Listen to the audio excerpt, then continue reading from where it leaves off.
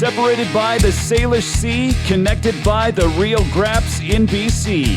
This is the Cup Check Wrestling Podcast with Aaron Schultz and Corey Ace Trelaw.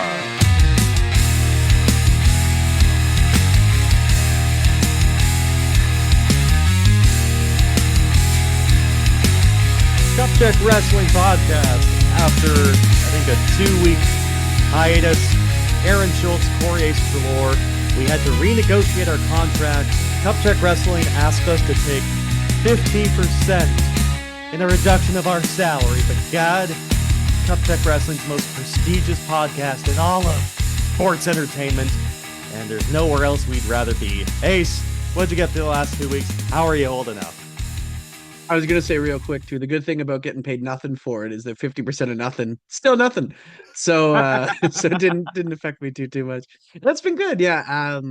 We were trying to get this put out earlier last week, but it's just, we'll get into it shortly here, but just, for both of us, there's been a lot going on and nothing like crazy, but just, the regular life stuff and a little travel, I think, on your part too. So it's been good, but it's been a busy stretch, that's for sure. No doubt about it, and I like to shoulder a lot of the blame here. Let's have the vulnerability hour for a little bit here on the Cup Check Wrestling Podcast. So, for all of April, I did not sleep in my bed for one weekend of all of April, being here, there, and everywhere. A lot of it's Vancouver, but I digress. So, already with short sleeps throughout the week and having to do stuff during the week after work hours and all the traveling on the weekend, I was having to put on that mask a little bit tighter, if you know what I'm saying. Sometimes you're just waking up and wondering, how the hell am I going to be Aaron Schultz today to my family, my friends, my loved ones? And then you're thinking about like, okay, I'm focusing on putting the mask today. Then you realize, oh my God, I got to drive back home and I got to work the next day. And it's just, you're already exhausted by thinking about how exhausted you're going to be in a couple of hours. So there's that. And during that, it was like it was just 2 days after we recorded our podcast about WrestleMania. I had my buddy from Grand Prairie, Tori, visiting. He's a saint, because during the morning on Tuesday, for lack of a better term, I had pure diarrhea on a Tuesday morning at work. I'm like, oh, wow, must have been something I poor ate yesterday, but then I did it again after work. I'm like, huh. Man, that was really not good. And then I did it a third time. I'm like, okay, yeah, something is clearly wrong. So he's making the drive from Grand Prairie. God bless this man's soul. In the afternoon, I'm like, hey, when you get here, we're going to have to go to a merge because, I don't have guest parking at my apartment building. I want to make sure you get settled here nice. He's like, brother, just go to the hospital. I'll find you somehow, some way. I can entertain myself. And they took my vitals at the ER. Couldn't diagnose me with anything. It was some sort of viral infection because I guess some of the folks I interacted with in Grand Prairie had a similar thing. So it wasn't food poisoning. I don't know what I got, but yeah, I was on a diet of electrolyte freezies and crackers and water bottles for days and days and days.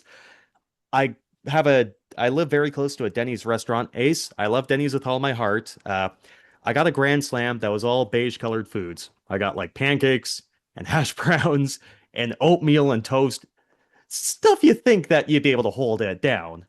I did not hold it down. It came out the other way. I couldn't even hold that. It was brutal. And Ace, I love Denny's with all my heart. Have you ever ordered the oatmeal from Denny's before? I can't say I have. No, I'm usually a Grand Slam guy. So. Uh, they would not sell this at like the senior home that they put Junior Soprano in at the end of the show. Yes. They would not serve that at that place. Like that, it was maybe one of the worst things I've ever had to try and digest. So eventually able to recover because we're going to Vancouver.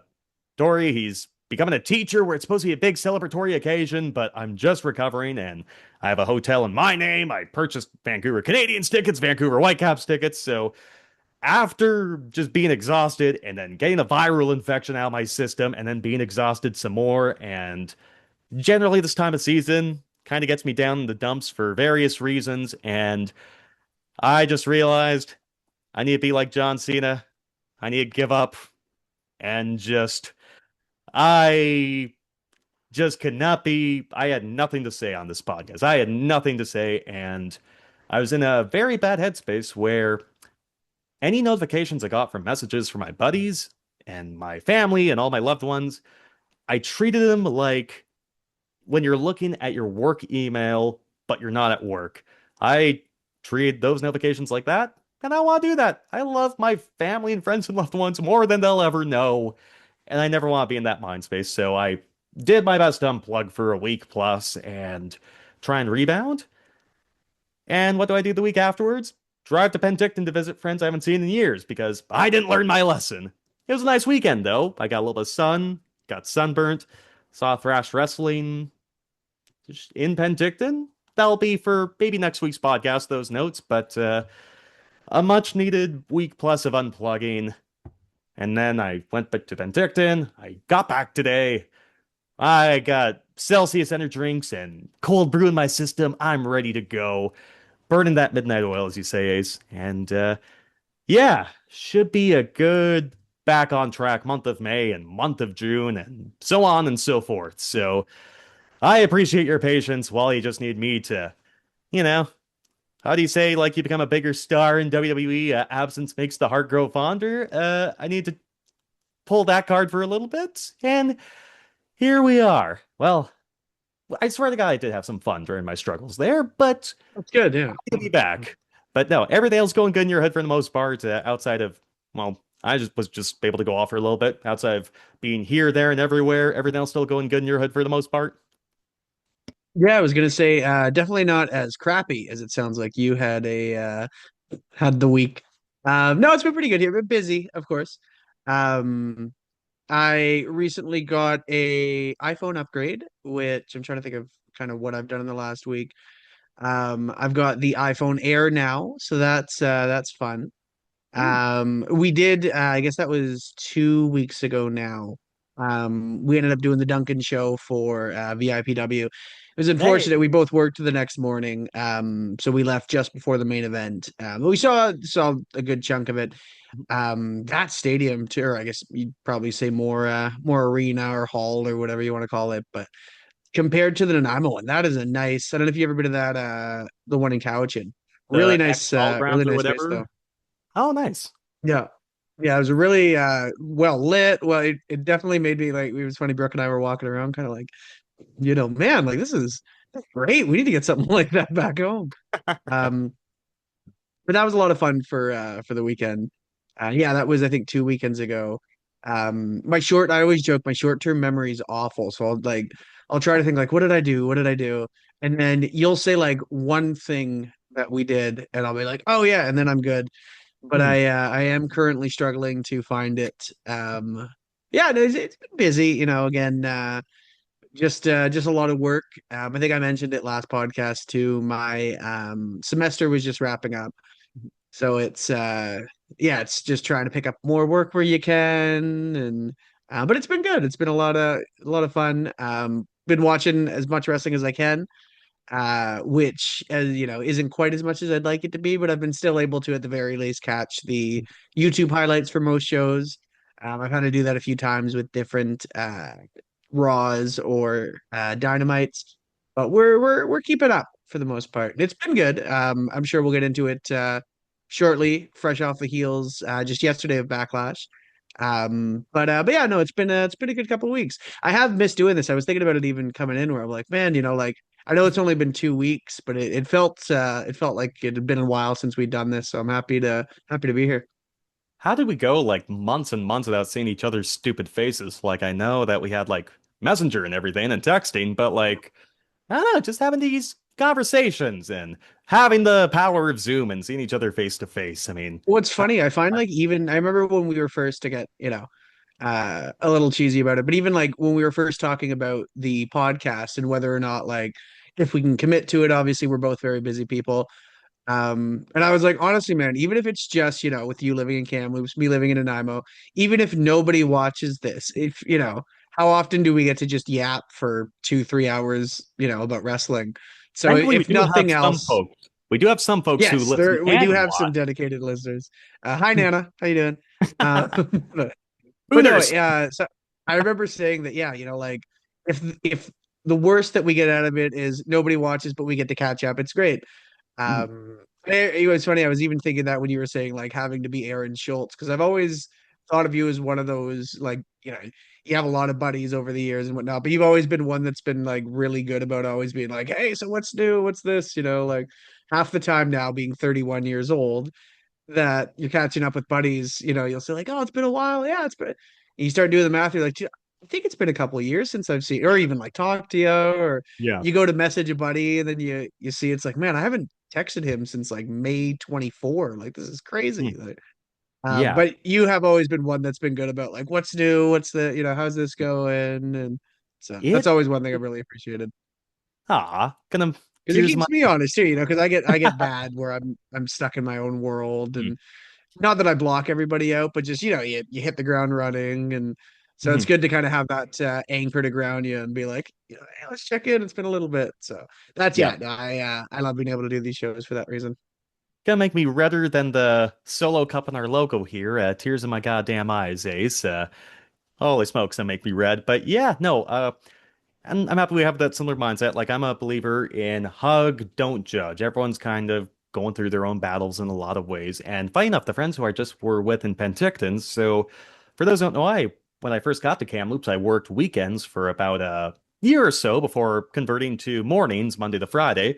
My first weekend I had off, I drove down to Penticton because these two friends, former dorm mates of mine at BCIT, and I always figured, hey, Penticton's just like a 2.5 hour drive away on the Okanagan connector. I can see him whenever. And I did the math in my head, and we always just connect through Messenger or whatever it is. Oh yeah, it's been 4 years. I realized, yeah, shoot. And I just realized everything that's just kind of happened in between. Buddies getting married, friends getting kids, needing to go to Saskatchewan or taking my first couple of vacations to like Montreal and Toronto and Portland and Seattle and California and all these places. And you've been taking a lot of trips too. And it's just, yeah, shoot. But the best kind of friends, as much as we always love trying to interact with with each other, especially over pro wrestling, Ace, I always find the best kind of friends that you always cherish. You can pick up the baton and you can just carry on from where you left off, whether it's months or years in between. Those are the best kind of friends to have. Those are the friends you cherish and always want to keep around. And I definitely consider you one of those. So we can go months, we can go 2 weeks in between on the Cup Check Wrestling podcast, but Schulzie and Ace for life. Wee, wee, wee, wee, wee. Bum, bum, bum, bum. No, it's good. It's funny. Was the oh god, I'm gonna butcher his name. Was it Jesse, the one there, the BCIT buddy? Is that a Uh, different guy? different guy. He was in like Okay. grad class. No, these two were Kelsey and Tim, and they were basically, well, Kelsey was my former dorm mate at BCIT. Tim, well, they're married now. And Hey, so damn. they got together like my first semester at BCIT, and he was over quite a bit. So you know what? He's almost like a dorm mate by extension, just with how often he was over. So So you're kind of like their Schmosby. That's very marshmallow and lily pad coated. I am everyone's schmosby. Like Yeah, I that. was gonna say. Yeah. I am Often everyone. imitated, never duplicated. I am everyone's big wheel on the front and everyone's tricycle. Like that is my role. But you know what? That makes me punchy, doesn't it? Wow, that is a fucking deep coded joke. Yeah, Whenever that is. I was gonna say, yeah. For those I bring it up recently, I've been that's showing Brooke How I Met Your Mother, but Hmm. Oh yeah, yeah. So yeah, Ted's the one because like, huh, I worry about Punchy, and then I should visit Punchy, and then he's the one that figured it all out quick. So it's like, what are you gonna do? But yeah, no, I never mind third wheeling. Like it's the best whenever you gotta trust because there's some couples that not so great, but thankfully I've been blessed with a lot of great couple friends who can be friends rather than yeah, I love you, and then they're just doing. Man, did I watch the ever tell video you for about the time off topic? But did I ever tell you about the time we went to Victoria? I think I 11th wheeled. I was with like a bunch of like Harbin Abbey, Ron and Shanna. that. Were Like you it was dating? all of us, and I was like 11th wheel because this was before Brooke. I think it was just Was Just this like after in COVID? Utah? 11th wheel, was this on Utah or something? Like, was it someone with That like must have nine been. lives? Yeah. I did, or no, I think Mackie was there too, because I had said like, I guess we're the default couple where, because I was doing the math, I was like, man, this is like, because there was what, like four, I guess five other couples. I was like, yeah, I think we're gonna have to couple up just so we're not the only only ones here alone. Too funny. And you know what? Another good sign of a good couple, good friends that happen to be a couple, they'll go to wrestling shows with you. So when I was staying there in Penticton this past weekend on the Friday at the Luso Canadian Center, which is like the Portuguese Hall in Penticton, Thrash Wrestling had a show. And I asked them, my friends Tim and Kelsey, do you want to go to this show? And I don't think they've ever been to, well, they've never been to a wrestling show before. They were game. And we'll save it for the next podcast because we got a lot to get to, as we had a lot of lore to get through. We have a lot of pro wrestling to get to. But in short, we had a great time and they loved it. So we'll save those details for another day because going backwards a week, I did manage to sneak in a Thrash Wrestling from Moccasin Square Gardens on the Kamloops Reserve in Kamloops.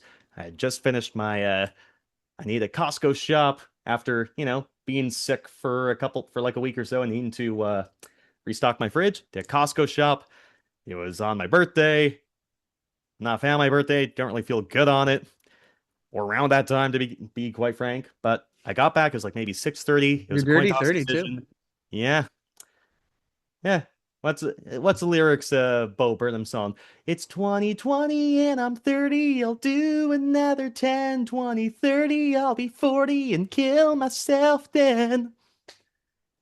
Maybe I won't do Well, hopefully that. you don't kill yourself in 2030. But yeah. Yeah, no, hopefully someone else does it for me. Yeah, I thought you were gonna say hopefully somebody else does it instead. And I was gonna say that's crazy. That is No, wild. no, no, no.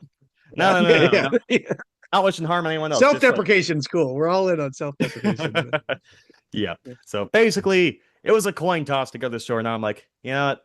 I'll support my independent promotion. I will go to Thrash Wrestling. And here's the thing. I want to say first two shows I went to this year, about up to 250 people, I want to say, filling Moccasin Square Garden. I can tell if it's going to be a good, large crowd for Moccasin Square Garden or not, just by how easy I can get parking. So for those who are in Kamloops, usually have to go on the other end of like, for lack of a better term, like the plaza where all the buildings are, where MSG is. Usually have to go there for parking, whether it's like 10 minutes ahead or 30 minutes ahead. I was able to find a parallel parking spot in front of the former Kamloops Indian Residential School, and then walked over. So I'm like, okay, it's not going to be a pack house night, but I'll say 175 or so. That was my half-ass counting guesstimation for Thrash Wrestling on May 1st from Moccasin Square Garden. I wish it was Madison Square Garden. I need to cross that venue off my bucket list I was at gonna one say when point. you said MSG at first, I was like, do they use that acronym too? That's They do, yes. yeah, there you go. There you go. On a technicality, we dig it. So happily, thank God, our boy Jason Fooey is back running the concession. I got 2 buckets of popcorn. Best popcorn in the business. Thanks again, Fooey, for doing the intro for our podcast. We love you from the bottom of our heart. Alrighty, let's get into some Thrash Wrestling. So the opening match was a Lucha Libre match, but basically it was an average Canadian US style match with lucha spots. It was Halcon Negro taking on Ave Rex. God bless these two men. You never know, like I'm not backstage, I don't know what plans are like, but if this was the original plan, God bless these men, they should have went back to the drawing board. So Negro, he kind of looks like Bandito with the same kind of mask, like the little bandit kind of hood in front, so he stood out with his look. Also, Ace, I'm not sure what it's like on VIPW, but in storyline, these refs still suck. Jeff the ref, God bless his soul, in storyline, he sucks. He allows Ave Rex to jump Halcon Negro right as the bell rings. Negro goes for a Hurricanrana over the top rope to the outside, but he gets his foot caught on the top rope as he overshoots Ave Rex. Ave is doing some fun heel spots that really the babyface should have done because they're comedy spots. He's chopping Negro on each side of the ring, and then eventually he gets to the final side, but instead of giving a chop, he gives him a titty twister. Just Classic. Yeah. that if you become a That's a more of wrestler, a that's heel. I was unforgivable. gonna say that's more of a heel move. It is, but I think everyone likes to see. I don't know. Do you ever see a titty twister and you don't laugh? You know what I'm saying? Only if it like looks really painful, because then you get the sympathy pain. It's like you don't really laugh when someone gets like hit in the nuts because it's you're like, oh, that's yeah. Fair enough. I mean, do we have to go back to the Hans Mole Man presents man getting hit by football and it's the football to the groin? I mean, it's kind of like a case by case basis, but the way that old Ave Rex was taking him on one side to the other side to the other side, chopping and chopping and chopping, and they ends with a titty twister. I think that's a pretty good comedic spot. Yeah. I think this is one of the cases. I don't know, but Good so bait and switch too, because you're expecting, so a final chop, but then the titty twister is just like I told these men to go back to the drawing board, but you know what? Reverse the rules, keep that spot in. I got a yeah, good keep pop that out one. of I was gonna say, yeah. it. So on the outside, Ave Rex is throwing pieces of popcorn to Negro on the outside, and then eventually he grabs a fan's popcorn bucket and then hits Negro with it. Now, we've had this discussion like about disqualifications, about what's a technicality. I know that this popcorn bucket, referee's discretion, shouldn't be a disqualification. This should be a disqualification if I am going to be if I'm going to be loyal to my rules that I created. So, Well, especially a lot of times these companies will do like the fans bring the weapons matches, which is like the gimmick of, yes. hey, weapons are only allowed from the fans, which yeah, I would lean towards the latter two. I would assume that should be a DQ. Yeah. I will not on a I don't want to fault Jeff the ref for not calling DQ here, but you know what? From the rules I made for myself, this should have been a disqualification. He Does he used go by Jeff the Ref? Did they introduce him that way? as Jeff the ref. That's how he's That's introduced as. fun. I like it. No, Uh, it's a great name. yeah, that's And really fun. Actually, I storyline. was just wondering. It seems like a Twitter bio or like something they'd call like if there was a guy named Jeff on Survivor who in real life was a referee for like the NBA, it'd be like Jeff the Ref. Like it's very Yeah. catchy that way. Like the hecklers at the Kamloops shows will yell, "Come on, Jeff!" instead of, "Come on, ref," or "Come on, blue." Like it works out perfectly. Oh, although I do really like saying blue. Blue's a good one. For any sport, really. Yeah, it doesn't matter. You know what? I just wish that in Moccasins Square Gardens, there were like balcony seats, like, tens of thousands of feet up in the air, just like having the worst nosebleed seat. Come on, Yeah. blue. Come on, blue. That was a DQ. I love it. So after it's so continuing on, so that's not a disqualification, but you know what? If they're gonna have lucha matches in thrash wrestling, I think they should follow the rules in CMLL in Mexico because Ave Rex tries to unmask Negro. Yeah, because unmasking should be a disqualification, is a disqualification in CMLL in traditional lucha rules. If you're gonna have a lucha match, you should follow that. So Ave Rex, if he followed through, that should have been a disqualification in my Is the humble opinion. attention a DQ or is it if they are successful? I think it's if they're successful because the ref is trying to Okay, that stop makes more him. sense. Yeah. Yeah, but Well, still. and you think that would be a good heat spot? Like, I don't watch a whole Mhm. lot of CMLL, but I'm just thinking like it'd be a good heat spot if someone's like trying to rip the mask off. The ref's like, come on, what are you doing? What are you doing?" Mhm. I remember like MJF, it was MJF and Mystico at the anniversary show back in September. So because CMLL is big into trying to attract tourists, there's like never any blood. MJF is like ripping open Mystico's mask. It's title. MJF has like the welterweight title or middleweight title, whatever belt that he got in CMLL. He's putting that belt on the line. Mystico's putting his mask on the line, and he opens up Mystico's mask a little bit, and then Mystico, he's bleeding like prime Eddie Guerrero at Judgment Day 2004, and it's Mm. awesome. So that was in great heat there too. So. But yeah, no, keep that mask on. We're gonna follow lucha rules. Gosh darn it, pal. So after like 8 straight minutes of getting his ass beat, Negro finally gets some shine and he hits a top rope crossbody for a good pop.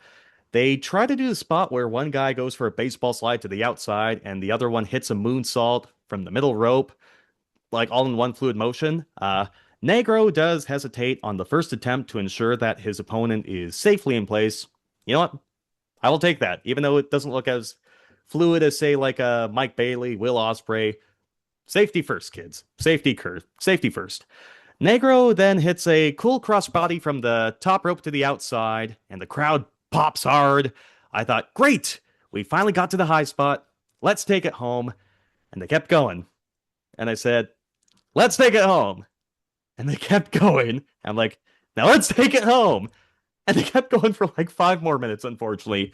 And Really earning that hot dog. really earn it, but it's like, so eventually Negro goes for like another top spot, and there's a lot of kids at the show, so they're going crazy, but the adults in the crowd are like, they don't react to it as well as the first time because, I think that's probably where they should have took it home. But the match ends with Negro hitting a Hurricane Rana from the top. He undershoots it, but Ave still rolls through, and Negro hooks the leg for the win, like Rey Mysterio Jr. They tried hard. It was a little sloppy in spots, but my rule of thumb is, I've seen a lot of matches I thought were great. Some of my favorite matches where there's a great spot where it's like, okay, I don't think they'll ever get higher than this. And then they just keep on going for a few more minutes, and the crowd's just not as into the finish as it would have been a couple minutes prior. And that was the story of this match for as much as they tried hard. But yeah, would have went back to the drawing board with this one, and a little sloppy in spots, but they tried their best here tonight. Continuing, Dash Dauntless taking on Magnum Mel in a fine, inoffensive match with a bad finish for the most part. I was like one of 3 people cheering for Dash at the show, VIPW proud. Dash is working as a heel again, and as I'm saying, let's go Dash, and she said she couldn't hear my cheers. She's like, what? And then I'm trying to say it again, and then she's like, forget it. So that's on me. I will try and be louder next time so she can hear my cheers. I think that's the first time anybody's ever said to you, "You're not loud enough." Fair fucking play. There's always a first time for anything, so I can be as loud as I want in a wrestling show, I suppose. So Dash is doing her previous heel tactics, like using her suspenders to choke her opponent and rubbing their face into the top rope. Mel gets a sidewalk slam, but overall doesn't get much offense in. She goes into the corner to pose. Mel Magnum, the babyface, she goes to the corner to pose, but then Dash cuts her off while she's taunting. No! Baby faces don't do that! Get out now! We don't like dumb baby faces in this house, Ace. Mel hits the Death Valley driver for near fall. Mel's going to the middle rope. God bless. I know what they were trying to do here. It just looked... I don't use this word lightly. It looked very fake. Dash is... So Mel's going to the middle rope. Dash shoves Jeff the ref into the rope with her leg. It looked like not a heavy push. It looks like Jeff's just, going into the rope. And then Mel has to pretend to lose her balance briefly. Dash goes for a handstand to ropes. Fails the first time. Needs to do a second attempt. Hits Stratisfaction. Puts her legs so high on the ropes for leverage that Jeff the ref needs to look exactly down at the shoulders just to not see this. And that's how they get the win. Like, not the best night for these two. Again, tried hard, but yeah. Another match where old Jeff the ref, he doesn't have tunnel vision. He's got tunnel and a very narrow roof vision. He can only see exactly. He can only see the shoulders right down at the mat. He doesn't look up at all. What are you going to do? Unrelated, but I always find it fun when you see the refs like try to slide their hand under to check for the shoulders. And I don't know why. It always like no. It makes me think like they care more than they probably should. I think that's what brings me joy when I see a ref be like, no, like.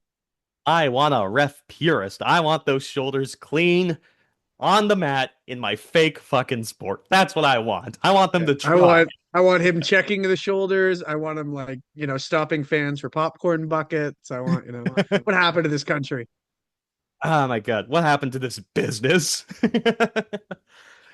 All right. With the show continues, Jin and Joseph, the team of Jinha and Charlie Joseph, taking on the Road Canes, Dirty Dalton Rouge and KB6. This is a great match. I had so much fun.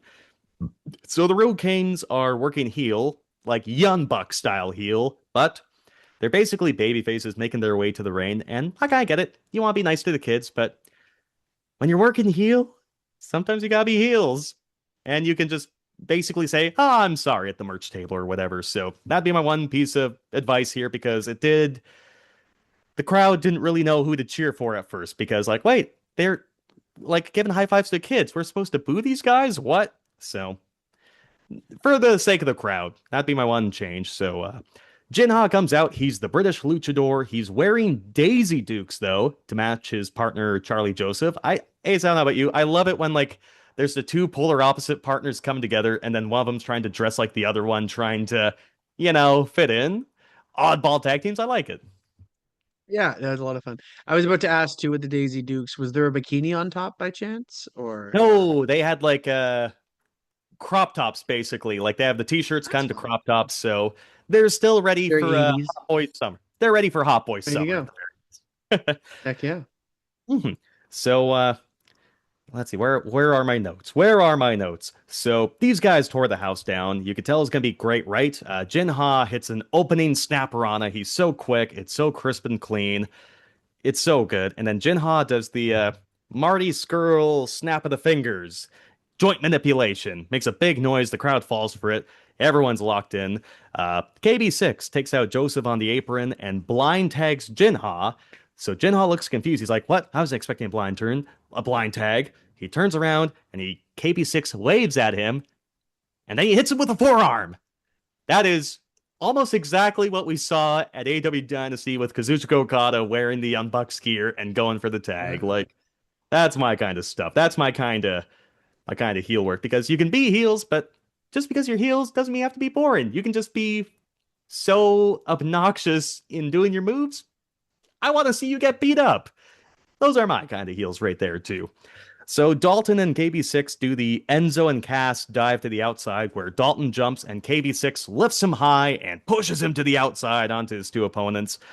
Jeff the ref misses Dalton tagging himself in while dealing with Joseph. So basically the Jeff's got a lot of referee, work tonight. Jeff the ref missed the tag, but Dalton's still legal. Yeah.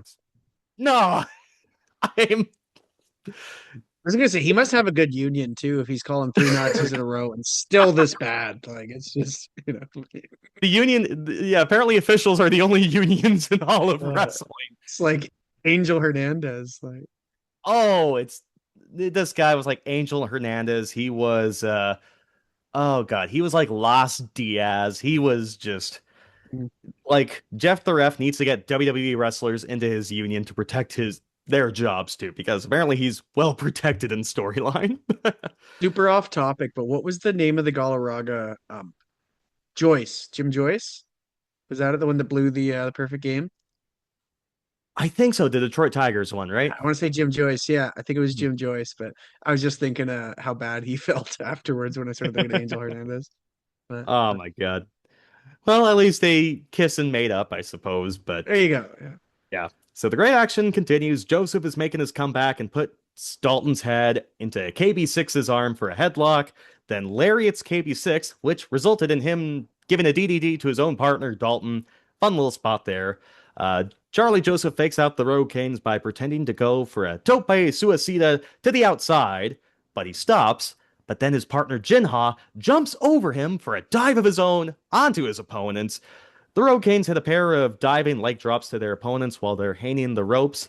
The finish was a total heel Young Bucks finish. You know what they say about the Bucks? How it's like, they're all flips and shit. No, they're very old school in a sense where sometimes they're just idiot heels that just trip over their own feet, and it's lovely. So Dalton is going for a top rope cutter while KB6 is holding Jinha, but this idiot Dalton doesn't look back before he delivers his cutter. Jinha swaps places with KB6, and Dalton gets a cutter to his own partner. Jinha and Joseph then hit a powerbomb neckbreaker combo for the win. This was an excellent match. I loved it so much. Oh yeah. And so we get an intermission, but then a three-way match. Christian Star is taking on Mr. Everything Chase Dagenhart and your boy, Edward Wild III. My And so, dog. hell yeah, brother. So Star looks like he should be in the Vanity Project in NXT. This guy looks, he has got the face of a high schooler. He looks very, very, very young. Uh, Zoomer haircut? not as Zoomer. He's got like Yeah. bangs, but it's not like they're sticking out, you Not know? like Nick Wayne kind of. It's not like Nick Wayne. He's got like Okay. more hair to his sides and back. Like it looks like how do you say? I want to say it looks like a grade 9, grade 10 haircut from like the late to early 2010s, if that makes sense. Yeah. I hope you, the listener, know exactly what I'm talking about, A but niche hairstyle reference that I'm trying to, because this whole thing hangs on you getting that. anyways, just search up Christian Star. You'll know what I'm talking about if you just see this guy. And he did a good job. So your boy Ace, Edward Wild III, he's coming out. He's doing his entrance. Who Roman has no Reigns, hair. he has no hair. He's not completely bald, but he's got like a buzz cut. He's making his entrance.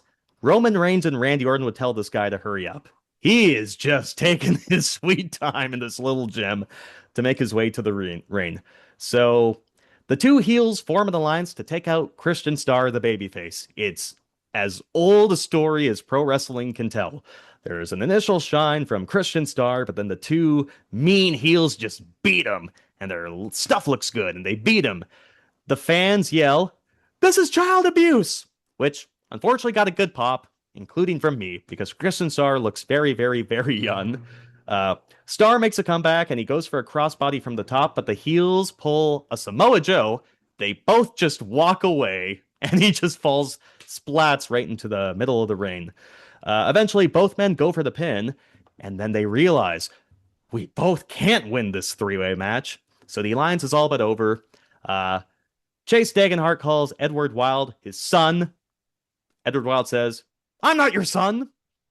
Chase then shoves Edward, and also apparently he hates being called Eddie, so the fans are just chanting Eddie, Eddie. Didn't And like it in Duncan either. oh hell yeah, he's consistent. We dig it. So Eddie looks like he's going for a punch. It looks like he's gonna punch Chase Dagenhart, but he targets Christian Star instead. Chase accidentally hits Eddie with a lariat to the outside. Star then takes out Chase and hits a dive on both of them to the outside. The tuck your head guy was there. The guy who was telling the fans, "Hey, this dive's gonna hit you for realsies. Get ready." So he was getting his work here tonight. Chase accidentally hits Edward with a oh, pardon me. Already talked about that part. Basically, the match ends with Edward going for a fireman's carry, but Star reverses into a victory roll for the victory. What a novel concept. The victory roll getting you a victory. Chase and Edward then brawl to the back.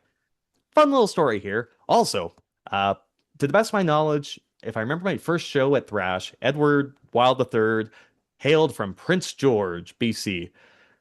Now, Edward Wild III is hailing from Prince Edward Island. Oh, Fuck yeah. Fuck yeah. Fuck yeah. Fuck yeah to all of this. Are you kidding me? God, fuck. It's genius. Why did I think of that? Where else would Edward Wild III be but Prince Edward Island? It's his island and his province, god damn it. although really like the idea, because let's say you're somebody maybe not familiar with Prince George, or you're somebody from outside of BC. I really like the idea of this like royal guy saying that he comes from Prince George, and then like, as we know, PEI Oh is god. lovely. I will say I haven't been since I was like, God, 5. So my mom's parents used to have a cottage out there. But I don't remember like too much. It was always a fun little trip. But yeah, I was so young. But I think for me personally, hearing Prince George is just really funny because it's like, he's this hoity-toity guy from just, one of the, let's say not the, yeah, I'm not going to talk trash. I love BC, but let's say not one of the most respected towns in It's at the butt end of a lot of jokes, and BC. Edward Wild III Yeah. doesn't look like he works at like the Domtar Mill or anything like that. So And he's definitely not at the research university. So no, no, no, no, no, no, no, no, no. We need to ask our boy Kai if old Edward Wild III looks like someone who is from Prince George. But yes. again, God bless Prince George. Hell, even if Edward Wild III was from Vancouver, there's no better place for him to be than Prince Edward Island. Yes. There's Given that his nowhere name, yeah. better. Oh yeah. It is perfect. I popped so hard. It's like, motherfucker, he's gonna make me cheer for him just because I love that now. Oh fuck. So the main event. The main event. Honestly, this is a main event at any VI pro wrestling show. Draco is taking on Scotty Mac in a no disqualification match. They say Scotty Mac is representing the Cordova Corporation. This is VIPW coded like no tomorrow. So Scotty opens with every generic heel promo ever. He tells people to pledge allegiance not to the 51st state like previous VIPW shows, but to the Cordova Corporation. Thank goodness they made that change. So early on, Draco has Scotty hanging in the corner, and he's going for the 10 punches like the 1, 2, 3, 4. But instead of delivering a punch on the 10th attempt, he opts to kick him in the balls. And these fans love Draco for it. Uh, Draco then has a staple gun and he says, "Who has anything for me to staple his ass with?" And no one has paper, but I thought, yeah, I'm looking around. There's all these kids. There's no way that they're going for a staple gun at this show with all these families around. I had no belief of it. So they're doing some crowd brawling and they're chopping each other hard. They find a hockey stick hanging up in the gym and use it for spots. Draco goes for a dive and throw, but Scotty throws a steel chair to his head for the heat. Scotty is Pillmanizing Draco's knee with a chair, and Draco uses his good leg to get a boot up when Scotty's coming down from the top rope. Scotty then gets skewers, like skewers you get at the grocery store. He threatens to drive them right into Draco's face. They're getting a lot out of this spot by, "Ooh, I'm gonna get skewered." No, you're not. So I thought, okay, I didn't believe they do this. They didn't do the staple gun. I'm like, they're not gonna use skewers in front of all these kids. Boy, was I wrong. Scotty sticks all of these skewers right into Draco's face. He lets go, and they're all spreading out while they're still lodged in his forehead. And they come out, and yeah, in front of all these kids in Kamloops, they skewer Draco's face, and he's instantly bleeding. I'm like, God damn, that's hardcore. I never would have done this on this show, but I don't think it ruined the experience for anyone. So props to you two men. That was ballsy. Scotty hits a stun dog millionaire for a great near fall. The crowd goes crazy as Draco kicks out. Draco's looking to go for a Death Valley driver through the chair, but his knee gives out because he got his leg Pillmanized. But he throws the chair into Scotty's face. Draco then finally sets up two chairs facing towards each other. Not Adam Cole style, but facing towards each other. It's a little bit more palatable.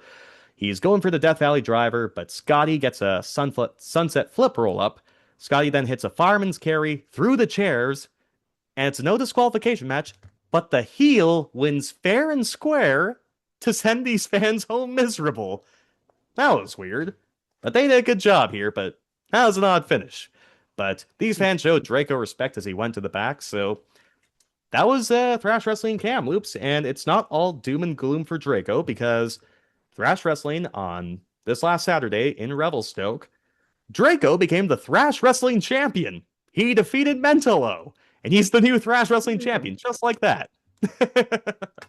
So, That is interesting because the way you described that ending almost reminds me of those, like they do it a lot in the early 2000s where like they'd have like a heel champ. I know it wasn't for a title, but they have like the heel champ who you know ends up beating the upstart baby face, but like he showed a lot of heart, and so they give them the round of applause at the end, and they're like, yeah. yeah. So it kind of sounds like that, but it's not like Draco's like that new.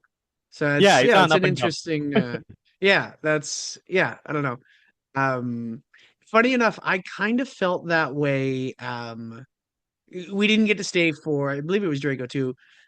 in the main event for the Duncan show. We didn't actually get to stay for that because we had left like right before the main event, unfortunately.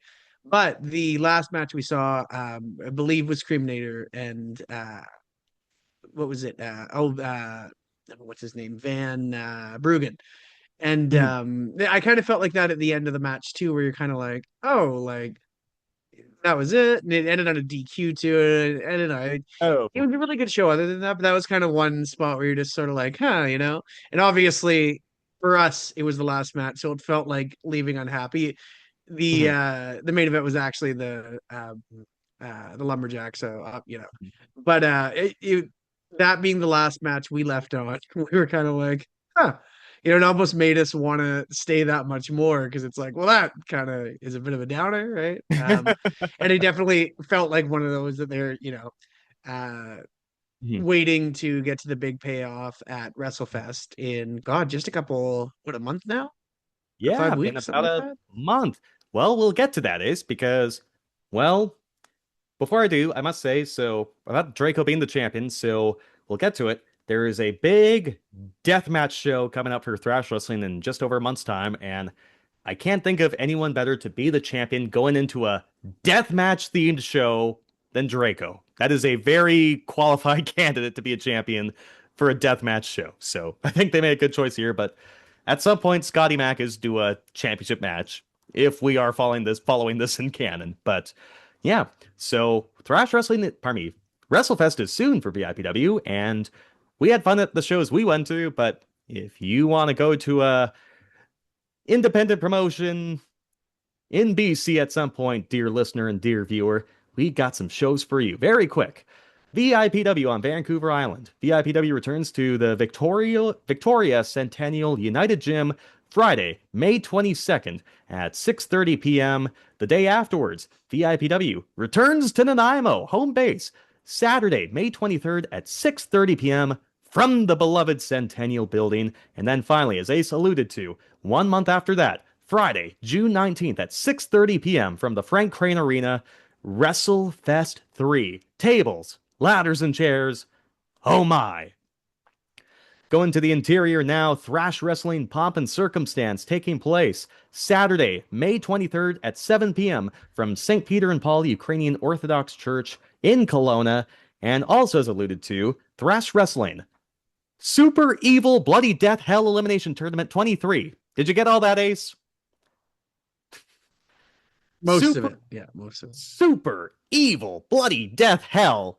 I love how they added hell in there. Just like, if bloody death didn't get you, hell got you for sure, just in case you missed the memo. Super Evil Bloody Death Hell Elimination Tournament 23 in the Enderby area. It's taking place at a property in Ashton Creek in the Enderby area. It's hosted numerous Thrash Wrestling shows before, taking place Saturday, June 27th at 3 p.m. in the afternoon, because if it's taking place on someone's property in daylight, you got maybe in the interior in late June, maybe 5 or 6 hours of honest to God daylight, and then you got to drive home. So 3 p.m. start on Saturday, June 27th for that. Check Thrash Wrestling's Facebook page for ticket information, because it's not an average Joe Blow Joe Blow show. I'll tell you that for free right now. Going to the Lower Mainland, All Star Wrestling presents WrestleFest Forever on May 9th from the West Langley Hall in Langley. And then also on May 15th, All Star Wrestling returns to Evergreen Hall in Chilliwack. That's on May 15th. Sticking in the Lower Mainland, Boom Pro Wrestling presents Kyle Discovered AI. Yes, that's the show. Kyle Discovered AI. Taking place at home base, the Commercial Drive Legion, third floor auditorium in Vancouver. That's Friday, May 29th at 8 p.m. There's another show the following day, Spot Prawn Season. That's Saturday, May 30th, 8 p.m. at the Commercial Drive Legion, third floor in Vancouver. Kids League Final Lap, Saturday, June 13th at 8 p.m. from St. James Community Square in Vancouver. And the biggest one, 2026, taking place Saturday, July 25th at 8 p.m. from the Commodore Ballroom in Vancouver. Big West Wrestling Slash and Burn taking place Saturday at 6:30 p.m. from the Sullivan's Community Association that's Saturday, May 16th, I should say, from the Sullivan's Community Association in Surrey. Going to northern BC in Prince George, where Edward Wild III used to be from. Primetime Wrestling, Friday, May 15th, and Saturday, May 16th from the Prince George Civic Center in Prince George. 5:45 p.m. starts for both shows. Back to the Lower Mainland, Tapped Wrestling Federation presents Bash at the Row, taking place at 3012 Murray Street in Port Moody, BC. That's Saturday, July 4th at 7 p.m.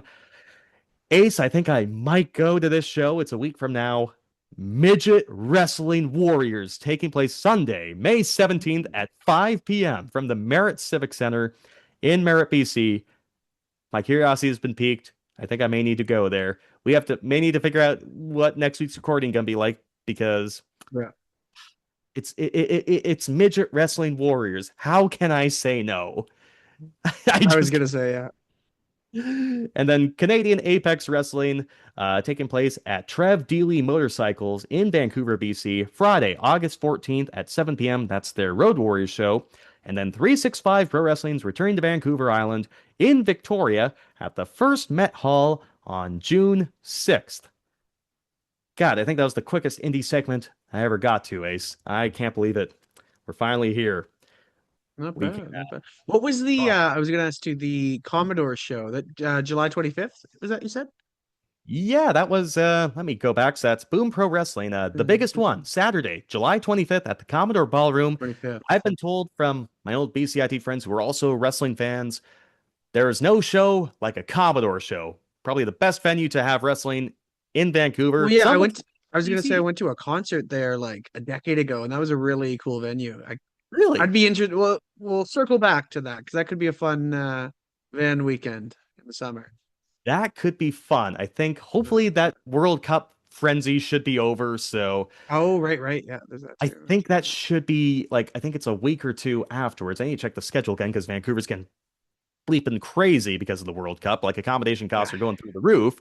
So yeah, that could be a fun one. I think tickets are still available, but yeah, Boom Pro Wrestling does a great job from all I've heard. It's the Commodore Ballroom. That could be a fun fan weekend. I've never been to the Commodore for a concert at all. Yeah. So I think I'm Oh no, too. yeah. No, it's a really cool venue. Really cool venue.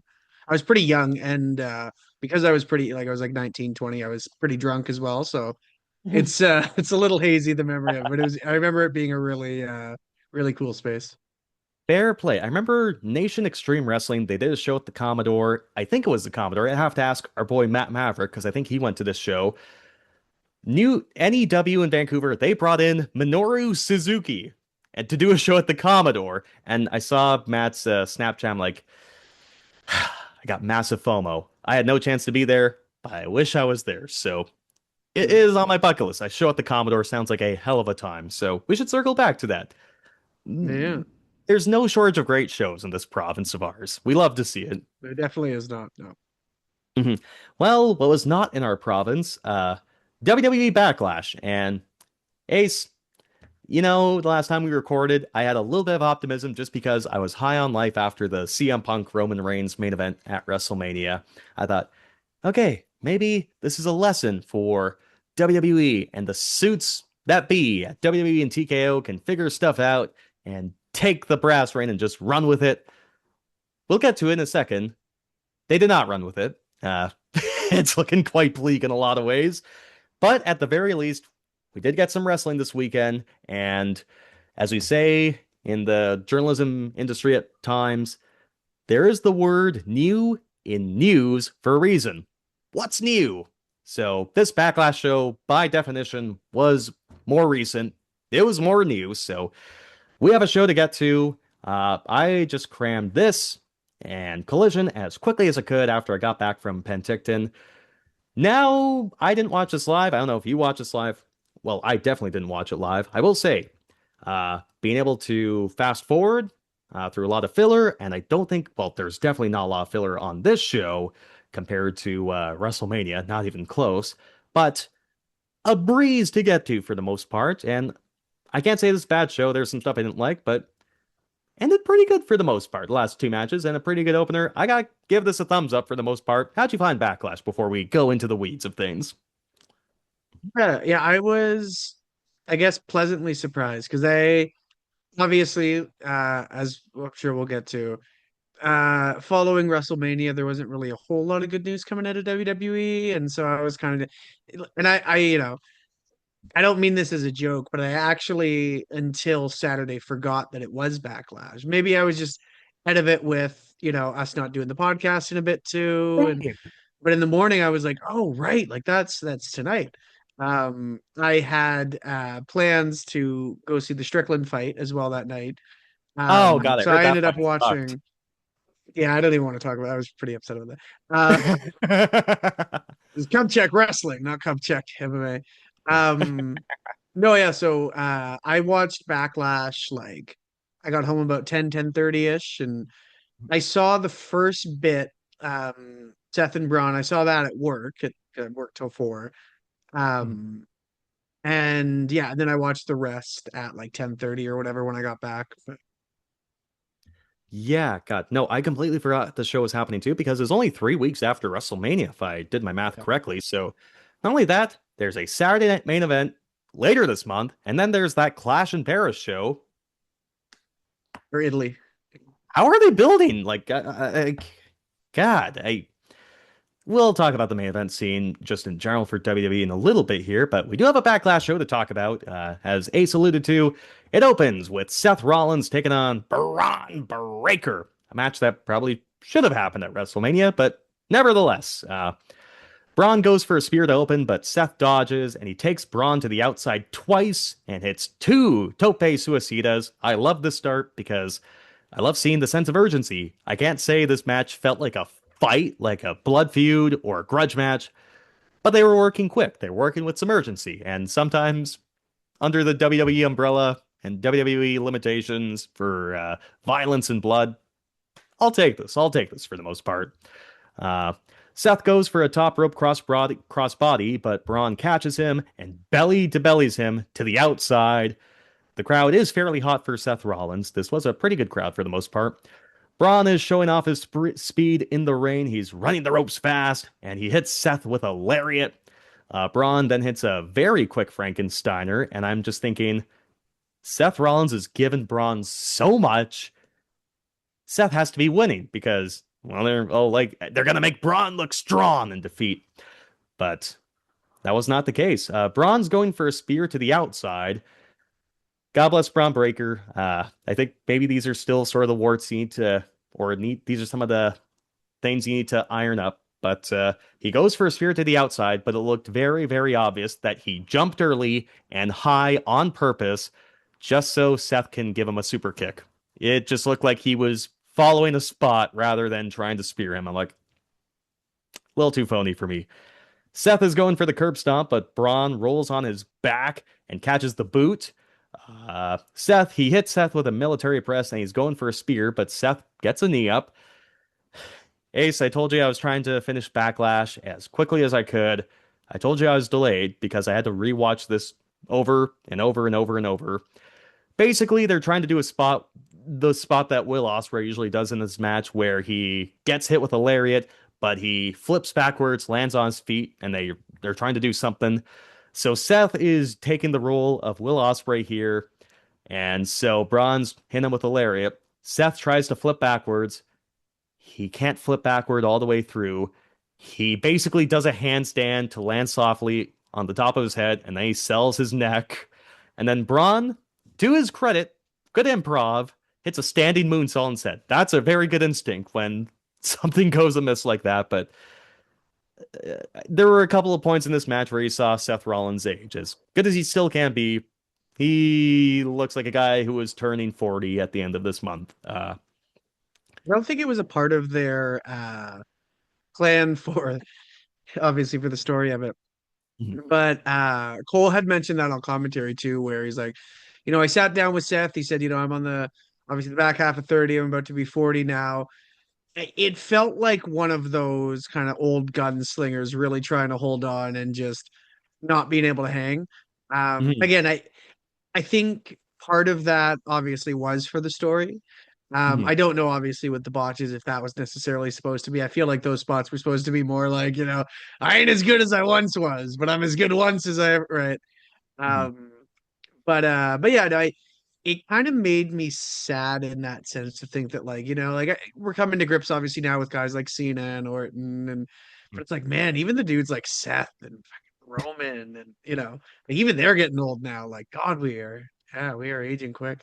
We're aging quick, but to be fair, in the interest of fairness to Seth, his knees, I wonder how much cartilage is left in his knees. I know he's had back issues too, and he's worked hard for a very long time. So Seth does hit Braun Breaker with the buckle bomb, but Braun bounces back with a lariat. Braun then jumps off the apron and hits Seth with a lariat over the table. That was a really cool looking spot.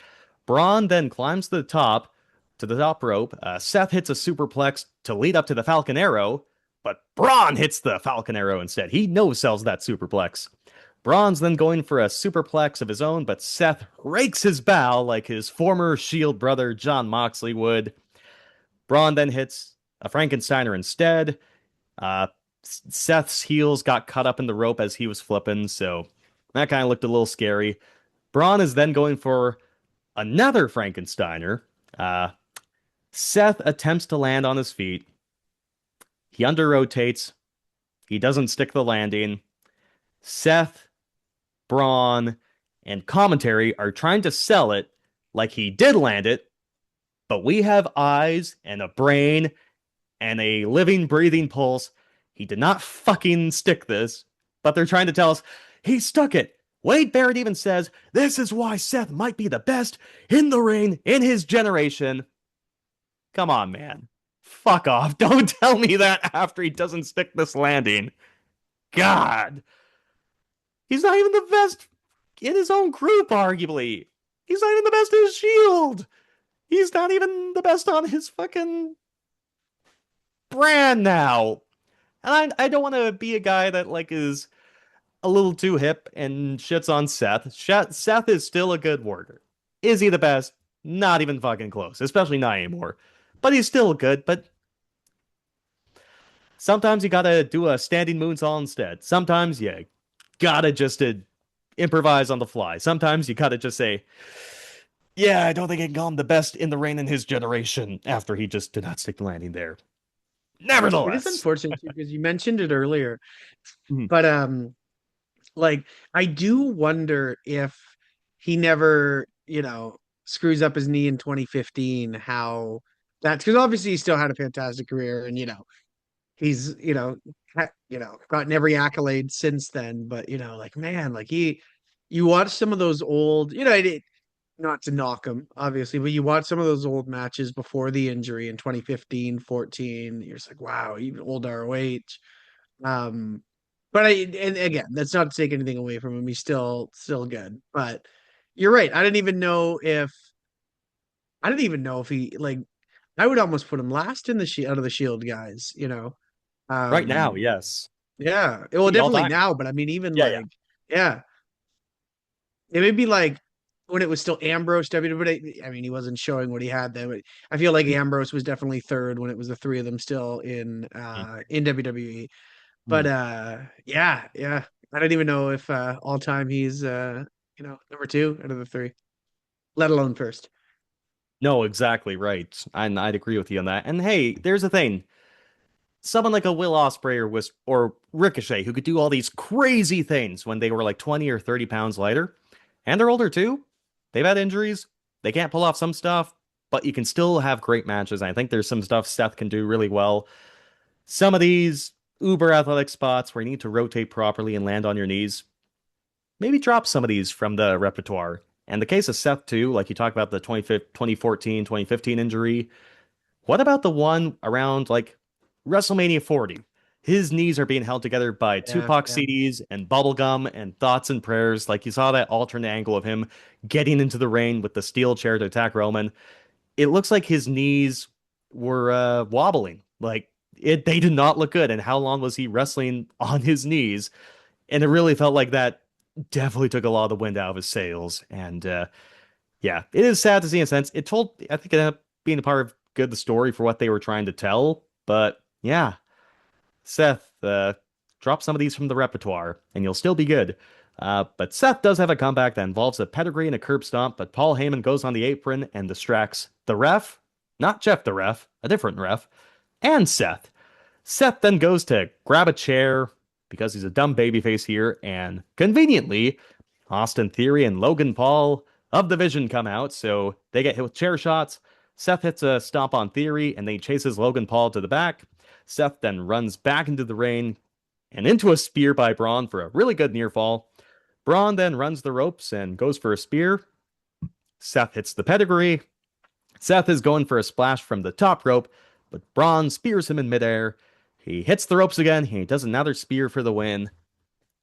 As much as we just kind of talked about how sad it was for Seth at times during this match, he gave Braun Breaker everything, and he put him over like no tomorrow. He had a little bit of an out, but you can still say Braun won this close to as fair and square as possible.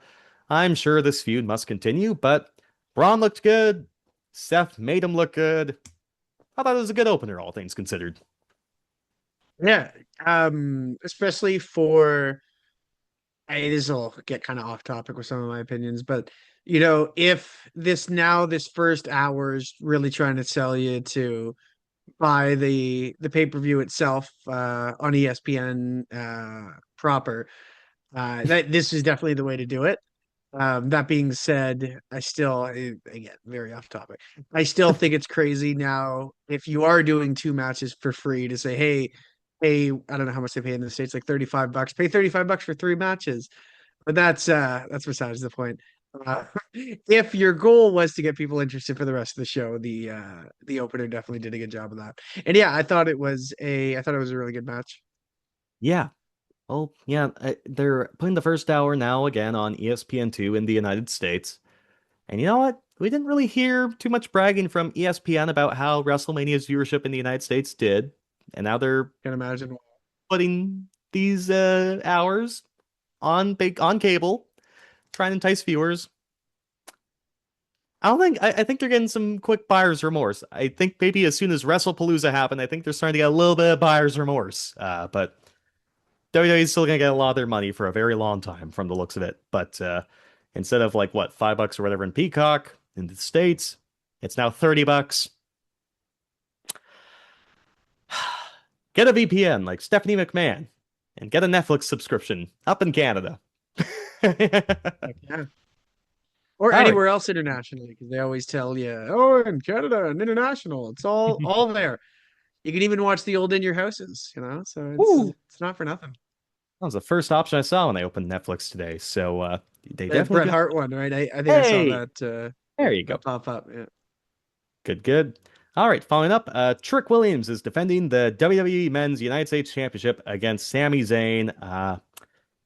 Before we begin this match, Ace, it feels like this kind of took precedent over both these men, the Gingerbread Man, and everything that unraveled with it. Your thoughts? So basically, very quickly, I guess Trick Williams called Sammy Ginger or something like that because Sammy is a man who has a very thick red beard and very long red hair. And so he called him Ginger. And so Trick walked out with a gingerbread man. And then Sami Zayn had the gingerbread man costume in the ring and he beats him up. And then he kills this gingerbread man. And they have a funeral the week afterwards on SmackDown for the gingerbread man. And it all leads up to having the funeral. And in the gingerbread man costume, in the casket, is Lil Yachty, Trick's manager right now, and he attacks Sami Zayn. And they had all these videos, all these segments backstage about people mourning the gingerbread man. They had a lot of AI slop to showcase the gingerbread man's life. Ace, what'd you make of this nonsense? I don't want to say it's all shit, but yeah, what'd you think here?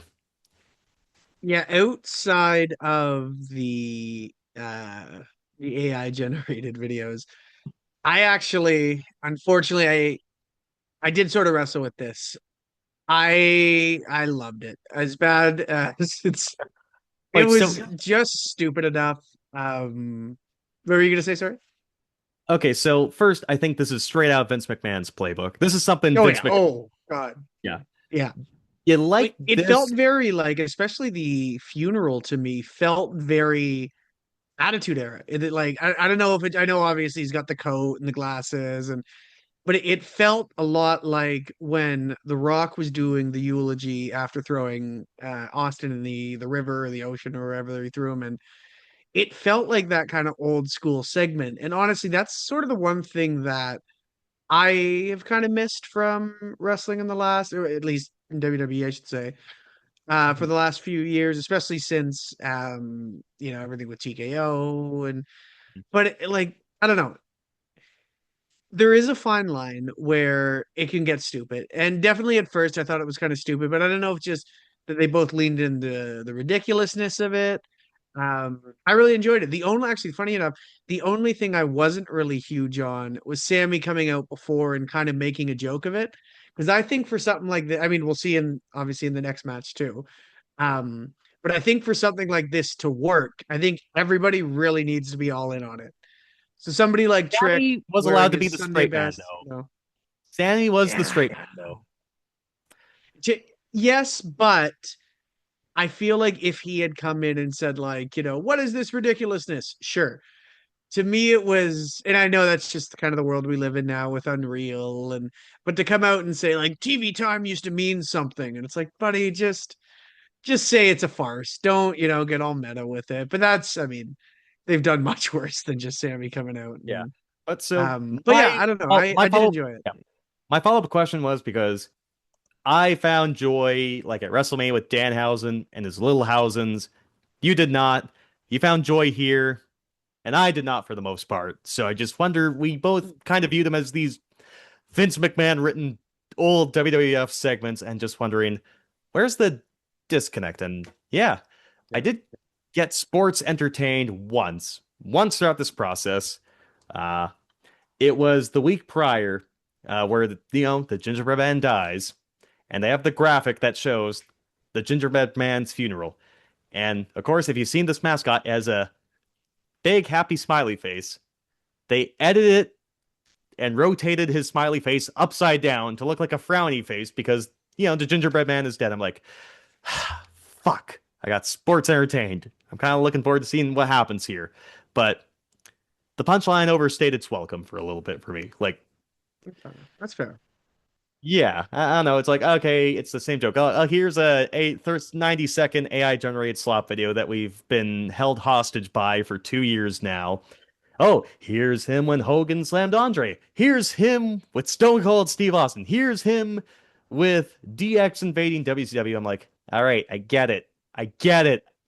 I get the punchline. So, and I think it just took away from what the story was supposed to be. Like, Sammy's like the grizzled veteran who did really nothing wrong on his own, but he's had his chances. He isn't succeeding. And now someone new's coming along. But instead of that story, we just had the fucking gingerbread man. So I don't know. Woody and Buzz, if you will. Yeah. Strange things are happening to me. Although I don't know if Sammy's ever been anyone's favorite toy is the only yeah. He was Maybe 3 years ago. ours. God damn it. All right. So this match goes Sammy throws Trick into the stairs and he threatens to hit Trick with the stairs, which would be a disqualification. But it wasn't when Roman Reigns hit CM Punk at WrestleMania, so fuck do I know. But then Lil Yachty is with the kendo stick ringside, and he's distracting Sami Zayn. And here's my big problem with this whole story. Ace, I'm not going to be obtuse. I know Trick is supposed to be the face. I know Sammy's supposed to be the heel. I know it. I'm using common sense. I'm using critical thinking. I know that's the case here. I will not be obtuse. But really, who do they want me to cheer for when Sammy's doing heel stuff, but then Trick has a fucking manager with a kendo stick threatening to hit him and then trying to hit him? Who am I supposed to cheer for here? And I don't think I'm the only one. This crowd is also like, I don't really want to cheer. I think that's been my problem with this feud for, well, I want to say at least since WrestleMania, but before WrestleMania too. It feels like they're making this as hard as possible. Yeah, I feel like, and I get obviously that the fans want to cheer for him, but I feel like he still just works best heel. And whoever you have him work with post Sammy, I feel like you still kind of need to lean into because the act in and of itself, a guy with a rapper as his hype man, going around again, being a prick, being super cocky, that I think works best as a heel too. But it's tough because everybody fucking loves him, right? So it makes you go like, okay, well, maybe he should be more face, and You can I don't know, pull this yeah, off it's though. kind of messy. Swerve Strickland and Prince Nana basically does this act. Prince Yeah, Nana's the hype man, and whenever Swerve is a heel, then Nana can interfere. But Nana's basically there just to yell, "Whose house?" when the fans are quiet, and then the fans are right back into it. He's a great manager, so you can have Lil Yachty doing that, but because like the crowd's chanting, "Let's go, Sammy! Sammy sucks!" So clearly, there's some folks in the same camp as I am, where it's like, man, I think I know what you want us to do, but you're not doing it a good way, I suppose. So, Trick hits a Uranagi for a near fall. The crowd is starting to boo Sammy's more when he's pounding on Trick on the top rope. So, I feel like, okay, now we're getting going. Now we're doing good here. Hits a sunset flip powerbomb. Sammy goes for a haluva kick, but Trick gets a boot up. Sammy then hits a blue thunder bomb for a near ball. Now the fans are singing, Sammy, Sammy sucks, Sammy, Sammy sucks. So it feels like, we're getting something here. Sammy's going to be healed by the end of this, and there's no doubt. Sammy does a springboard to leap over Trick, then he sells his leg, but he's playing possum though, and he tries to roll up Trick. Lil Yachty is distracting the ref, and Sammy hits Trick with the kendo stick. Good heel move, but for a not so believable near fall, I don't know anyone who's ever been pinned with a kendo stick before. Sammy is stomping on Trick in the corner over and over and over, getting more heat. Yachty then hits Sammy with a kendo stick as Sammy goes for a haluva kick, and the ref is inexplicably too focused on Trick getting up. So again, Sammy's beating on Trick, getting heat, but then Lil Yachty hits him with a kendo stick. For fuck's sakes. So Yachty then, yeah, so anyways, Trick hits a spin kick for a near fall. Sammy punches Yachty on the outside, but Yachty does not sell the first one. I think he may have just got lost with where he was. Sammy then pounds on Yachty with the kendo stick. Sammy DDTs Trick onto the steps, throws Trick into the ring, but he hits Yachty with a Helluva kick on the outside first. He then goes inside, tries to hit Trick with the Helluva kick, but Trick dodges, hits the Trick shot for the win. This is a fine match. Trick needs house shows more than I need sunscreen because I sunburn easily. He needs house shows. Overall, I feel like they're still making this very difficult for fans to fully get behind Trick with this uncertain, is he a heel, is he a babyface kind of stuff, and doing the same thing with Sammy, but I think Trick will overcome it because he's very charismatic. He made something out of the gingerbread man story, so I think Trick will be fine. It's just that they chose the most inconvenient path possible for him to be a star, I suppose. It's tough, and I don't know. Because again, I feel like just the character does work better as a heel, but this is a weird time for Sami Zayn. And I get the point of like, well, hey, let's have him work with Sammy. You can obviously learn a lot from him. Um, yeah, I don't know. It just it felt weird. That being said, though, I don't know. I really did enjoy the nonsense. Maybe just because it felt like a bit of a throwback, but yeah, all things considered, I did enjoy the program leading into it and the match, the subsequent match for it too. I again, it felt like a bit of an overcorrection from Mania, where they were like, man, people were really upset about the match times. I think that was one thing we complained about with Sammy and Trick. It's like, well, if they were able to, I think they got like 13 minutes. It's like if they were able to get a little bit more time, and I don't know, like even the Little Yachty stuff, where obviously we saw quite a bit of a backlash to the celebrity involvement. I think, a guy like Little Yachty in a spot like that works perfect because he's not in the main event with Jelly Roll. He's not in the main event with, Cody. And yeah, I think this is kind of the perfect sort of, he's a name that's not like super massive, but at the same time, it's like, you'll know a few songs and yeah, I don't know. I really like the pairing, and I hope he does stick around too. Because I don't know. I think it really works with Trick. Hmm. Works well. Don't hit people with kendo sticks though. Be the hype man. Make Trick overcome and be a babyface. That's where I'll stick my flag on that one. So that reminds me of another story. So obviously, I don't know Lil Yachty. I don't.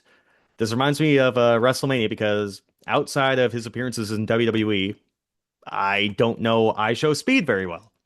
So our pal Booners was listening to our podcast and he was howling. I can't remember if you were calling him this, but I was calling him this. I was referring to him as I Show. And he's like, I've never heard someone call fucking I Show Speed I Show.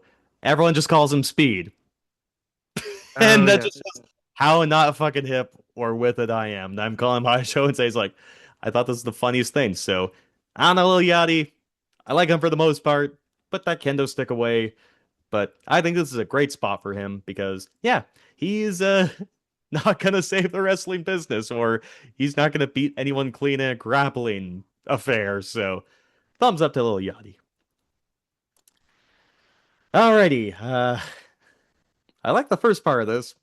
Did not like the next couple minutes of it. So it's Danhausen and a mystery partner taking on The Miz and Kit Wilson. So The Miz brings back his classic "Hello, I'm awesome" t-shirt, but it says "Hello, I'm not cursed." I like it. I like that a lot. So there's a video package that's basically playing like a movie trailer for a polar opposite buddy buddy movie. Like, this guy, nah, this guy. I'm gonna win you over though.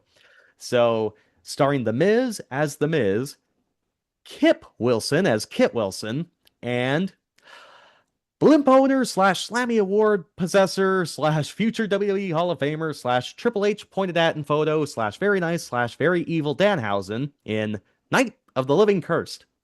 I like that. That was a great video package. It was nice and different and not generated by AI. So, good shit. And fun. And fun. And fun. Wrestling's supposed to be fucking fun. Let's never forget that. And I felt like, oh my God, they're finally starting to get it again. And then eventually they didn't. But Danhausen comes out in his little casket tractor again that he had at WrestleMania, and he walks toward what I described as a sauna looking box that says cloning machine. And so there are rumors that, oh, maybe CM Punk will have an unadvertised appearance and be Danhausen's partner. There's a report that Jelly Roll was going to be his partner. I don't know if this was plan B or C or D. I do not think this is the original plan, though, because out comes a little person with a Danhausen face paint lucha mask on. He's mini Danhausen. And then Danhausen mouths, oh shit. So this was clearly not the clone he wanted. He cloned a mini, not a actual second version of Danhausen. So that was too goofy for me. I'm like, I kind of laugh. I'm like, no, if Danhausen sold it, like, aha, here's my clone, and it's just as big and strong as me. But we saw Donovan Danhausen, the person, say, ah, shit, I want someone my size, not a mini me. That kind of took me out of it a bit because it's silly to see a cloning machine. Like, it could be part of the story, but a little too silly. But I kind I of don't know. got, but Okay, so yeah. I was gonna save this to tell you later. While I did not like the WrestleMania segment, it felt weird. It felt, I don't know. This completely got me to buy in. And so my point on what you were saying there is the whole point of this guy is that he is a fucker. The whole point is that when he tries to do the poof and run away from John Cena, he's like, ah, crap. So for me, it makes total sense that, he's like, ah, shit, well, I can't find anybody. I know I'll clone myself. And then he can't even do that right. And he messes it up. And so for me, I was like, I think at first it was tough because I was a little, and again, it's our own expectations, right? Because, I was thinking Punk. I think that was kind of the one Yeah. These that surprises made the fucking most sense suck. to That's me. the thing. These surprises fucking suck. When you hype it, I mean, and that's how he came out in the first place, right? When you hype it up like that, I think it naturally our imaginations run with it, and we're like, oh, it could be this, it could be that, right? Um, I just thought it was funny. I don't know. I really enjoyed it. I thought just stupid enough where it was like he's like, ah, shit. Well, well, come on, let's go out and do it. So I actually did enjoy the bit there. Yeah, you see, it was just a little bit too much because, like, I like to think of the character Danhausen's just so far in his own ass that he just because, like, what he comes in is like at least 10 feet tall or whatever, or however many pounds he has. Like, he's supposed to be a little delusional, so I could want him to be delusional to think that this mini is an equal to him. So I don't know, but I think respectfully, I'll have to disagree on that one. But I do understand and do respect where he's coming for there. So maybe I do think of that in a different light now. But Mini Danhausen tries to curse Kit, but Kit hits him with a big boot. He didn't have to lift his boot that high to hit him with that big boot. I think they just call that a boot. Ah, I hope Midget Warriors Wrestling doesn't listen to this. Just wait till we get to the skull crushing finale. I have a lot of takes on that. All right, so Minihausen kicks and chops Kit, and then he hits a springboard move and head scissors. Minihausen then hits a tilt-a-whirl Rana on the Miz. This little luchador is kicking both of these full-grown men asses, so good for him. Minihausen then hits a dive to the outside from Danhausen's shoulders. I like that. So the Miz shoves Danhausen into the post, and Kit hits Minihausen with a knee, and that's the heat. So Minihausen starts his comeback when Kit goes for a shoulder in the corner and misses. He hits a dive and then he tags in Danhausen. And Danhausen is not a big man. He's a small, scrawny man. He doesn't have the makings of a varsity athlete. This guy runs like Braun Strowman. Like Braun Strowman was like this big, like lumbering guy, but he took the quickest little steps ever. And Danhausen runs exactly like him. That's all I could see when he was doing his comeback, when doing these lariats. And then he stops to take a breath halfway through. He's gassed, or so he should think, but then he hulks up and then he continues. Kit takes a I boot was from hoping he Dan. was gonna do this flare spot where he like runs, then he just falls. I was really pulling for that, but no dice. I was hoping kind of like, Dustin Rhodes in like early AEW did this because he was Unk. He was the old guy, and he was doing like his Young Bucks kind of quality comeback, and he just halts his opponent. Wait. Oh god, I'm so tired and old. I was hoping Danhausen's gonna do that, but oh well. I was kind of hoping for that too, but I do like your idea a lot too. Just the flare flop afterwards, but then he gets back and he hulks up. Uh, so Kit takes a boot from Danhausen to save the Miz instead of the Miz getting the boot. Danhausen then gets booted by the Miz, and he takes his only bump of the match. I counted. Danhausen took one bump. This guy's got the best gig ever, just making all this money and not really having to do a bump on pay-per-view. Minihausen tags in and he does tope suicidas to the outside on the heels. Minihausen chases Kit to the stage. Kit hits a boot and throws Minihausen back into the cloning machine. Then comes out 6 more Minihausens because it's a cloning machine, so one mini goes in and 6 or 7 have to come out, I suppose. 6, 7. Thank you. I set you up for that one. So 6 or 7 Minihausens come out to attack Kit Wilson. How is this not a disqualification? These 5 or 6 Minihausens were on the fucking match. I get your point, and I didn't think of that until just now. Um, but oh my God, I don't know if I've laughed so hard. I thought maybe we'd get two, and yeah, it really got me. It really helps too. So like Brooks in love with him, like just thinks Danhausen is the funniest. We do the voice all the time. So we were gunning ourselves. Like I couldn't tell you actually the last, especially with everything with TKO and whatnot, the last time I've like laughed that hard watching something in WWE. So that I really enjoy that. I thought it was so funny. I didn't laugh at like the little Hausens being druids and carrying the Miz back like the Undertaker, but you laughed at this? I'm just trying to find the I think in it's the promo versus the match for me. Like I can do silly comedy. I think in more, it's just with promos it sounds kind of like the Druid bit I did like with Miz, but everything else was sort of like just the yapping with Cena, and Cena already felt weird enough being in there. Um, but yeah, I don't know.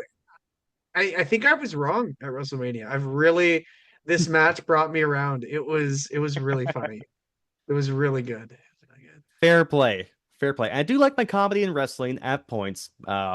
Eventually this kind of jumped the shark for me personally.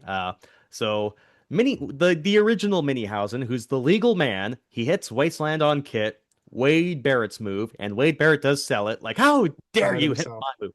That was perfect. So, as you alluded to, Ace, Miz hits the skull crushing finale. He lifts this Minihausen so high, and Danhausen breaks it up. It's kind of like a master lock. It was just, yeah, it was so funny. Um, Again, because obviously you can't trip a little guy, right? So Oh boy. So it so was adorable. so Minihausen, and this is where I checked out of the match. This is where I checked out. Minihausen goes to do the "you are cursed" thing. Kit Wilson has a hand mirror, and Michael Cole is telling us that Kit used this hand mirror to deflect the curse back at Minihausen. Fuck off. No. No, this Again, I thought it was really fun. I really enjoyed it. I no thought fucking it was so stupid. I loved it. It was just, oh, no. You, s- this is my. I think this is where I get frustrated. Like, this is where I think they kind of lose the point with Danhausen. Like the curse, they should be like little coinky dinks. It shouldn't be fucking magic because then Danhausen should be challenging Roman for the title if he has magic and he can pull this off. Like the referee in a match should not be getting hand cramps that he can't count to.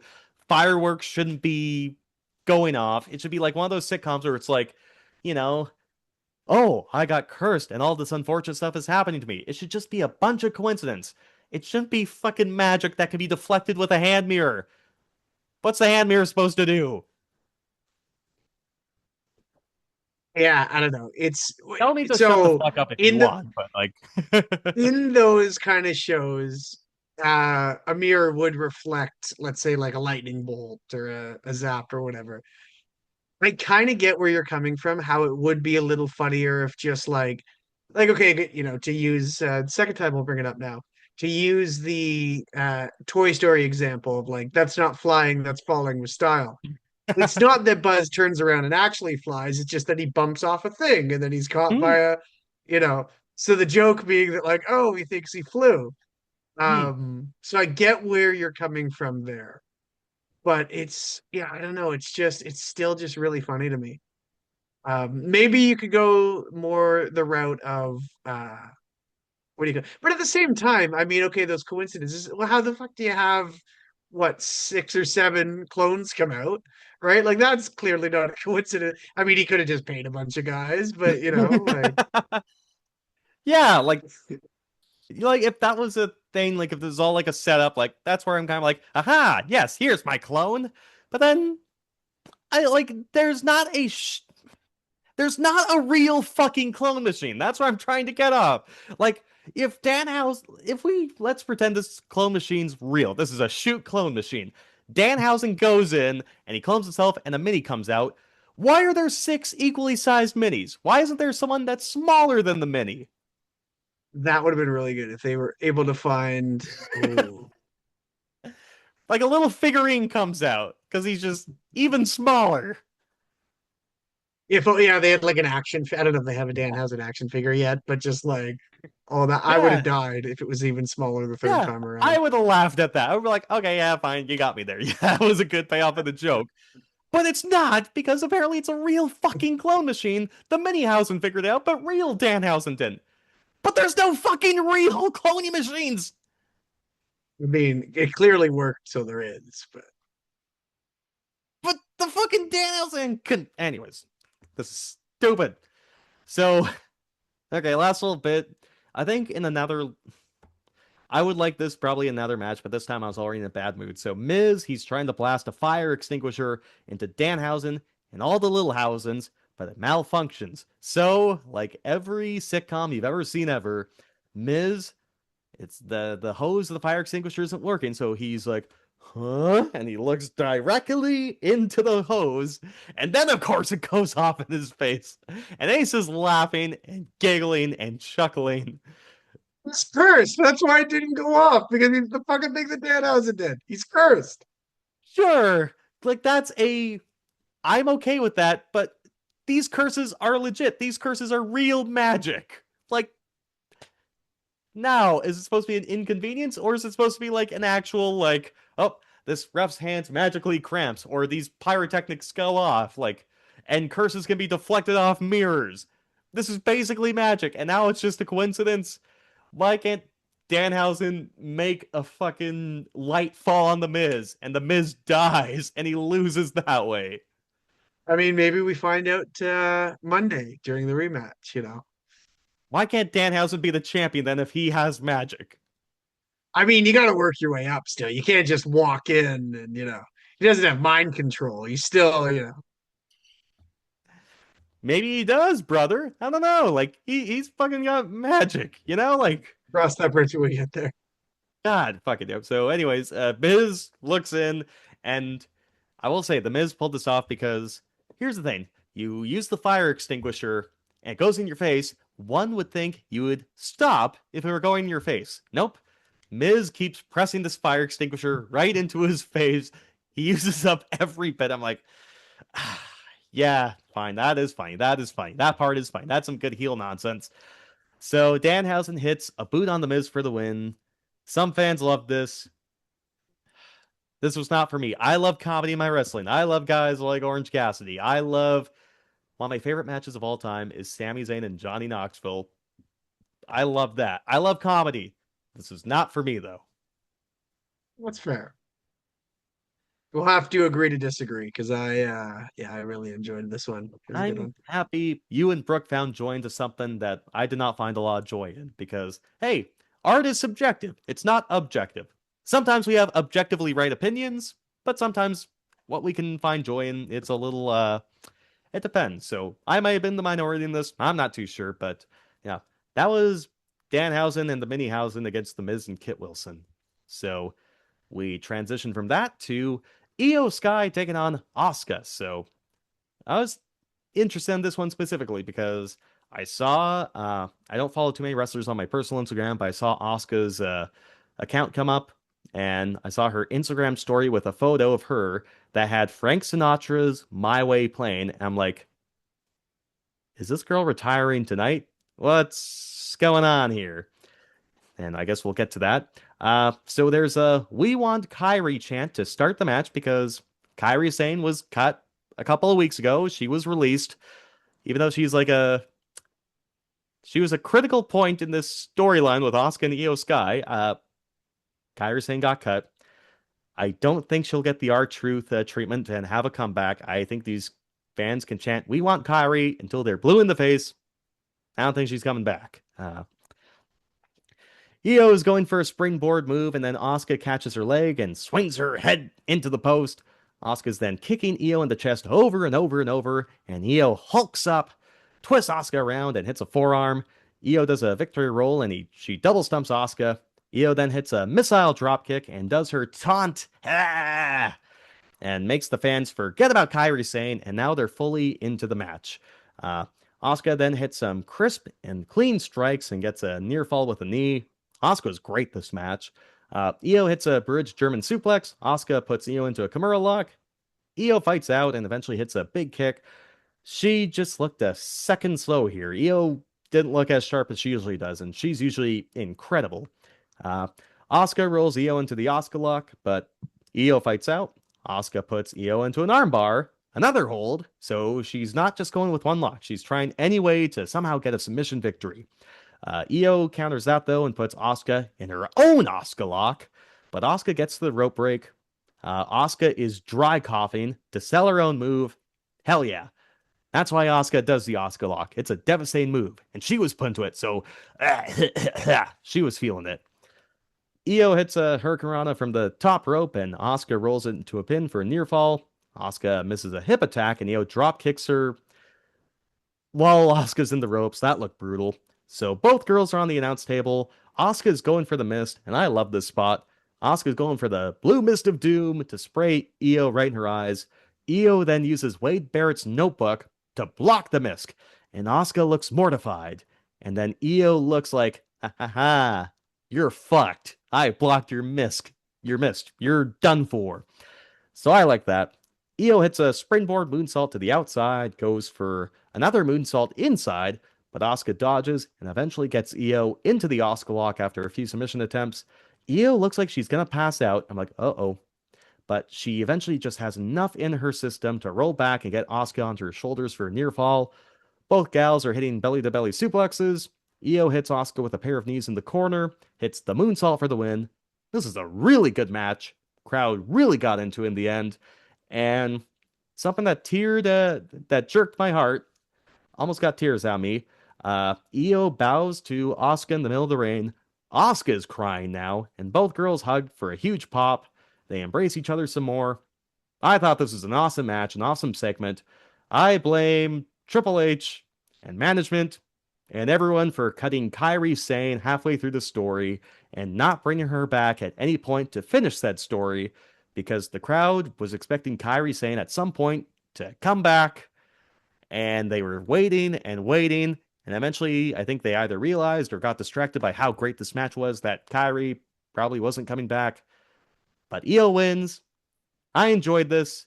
I think this could have been more well regarded if Kairi Sane just didn't get cut and they didn't give themselves an own goal. But Io, Asuka, these girls absolutely killed it. And if this is the end of Asuka for a little bit, you're the best, Asuka.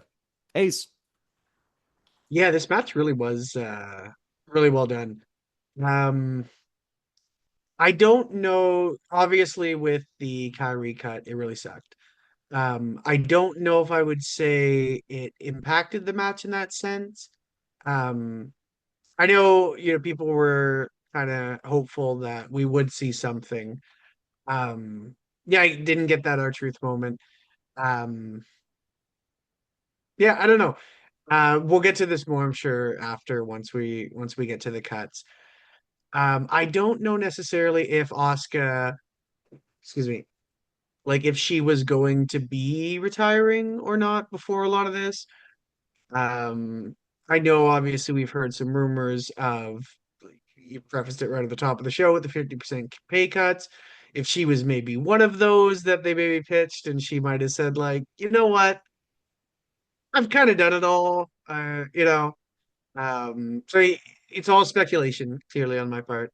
Um, but if this was the last we've seen of Asuka in WWE, and even if it's just for a little bit or forever, I think it's a really cool way to go out. Obviously, she's working with somebody she loves, and they had a really good match. Yeah, I don't know. I really liked this match.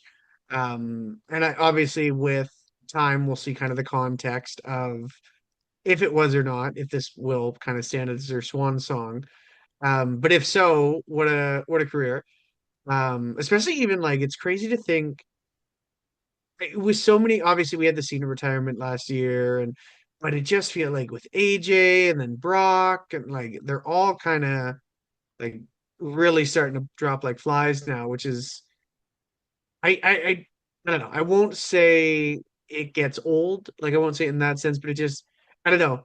It feels kind of like almost now sad every time because it's like every time we go into one of these shows, I'm like, man, who's done now, right? Like we didn't know if AJ was going to retire right at the Rumble, and then you're doing the math. You're like, well, that was 10 years since his debut, and it's like, okay, like that.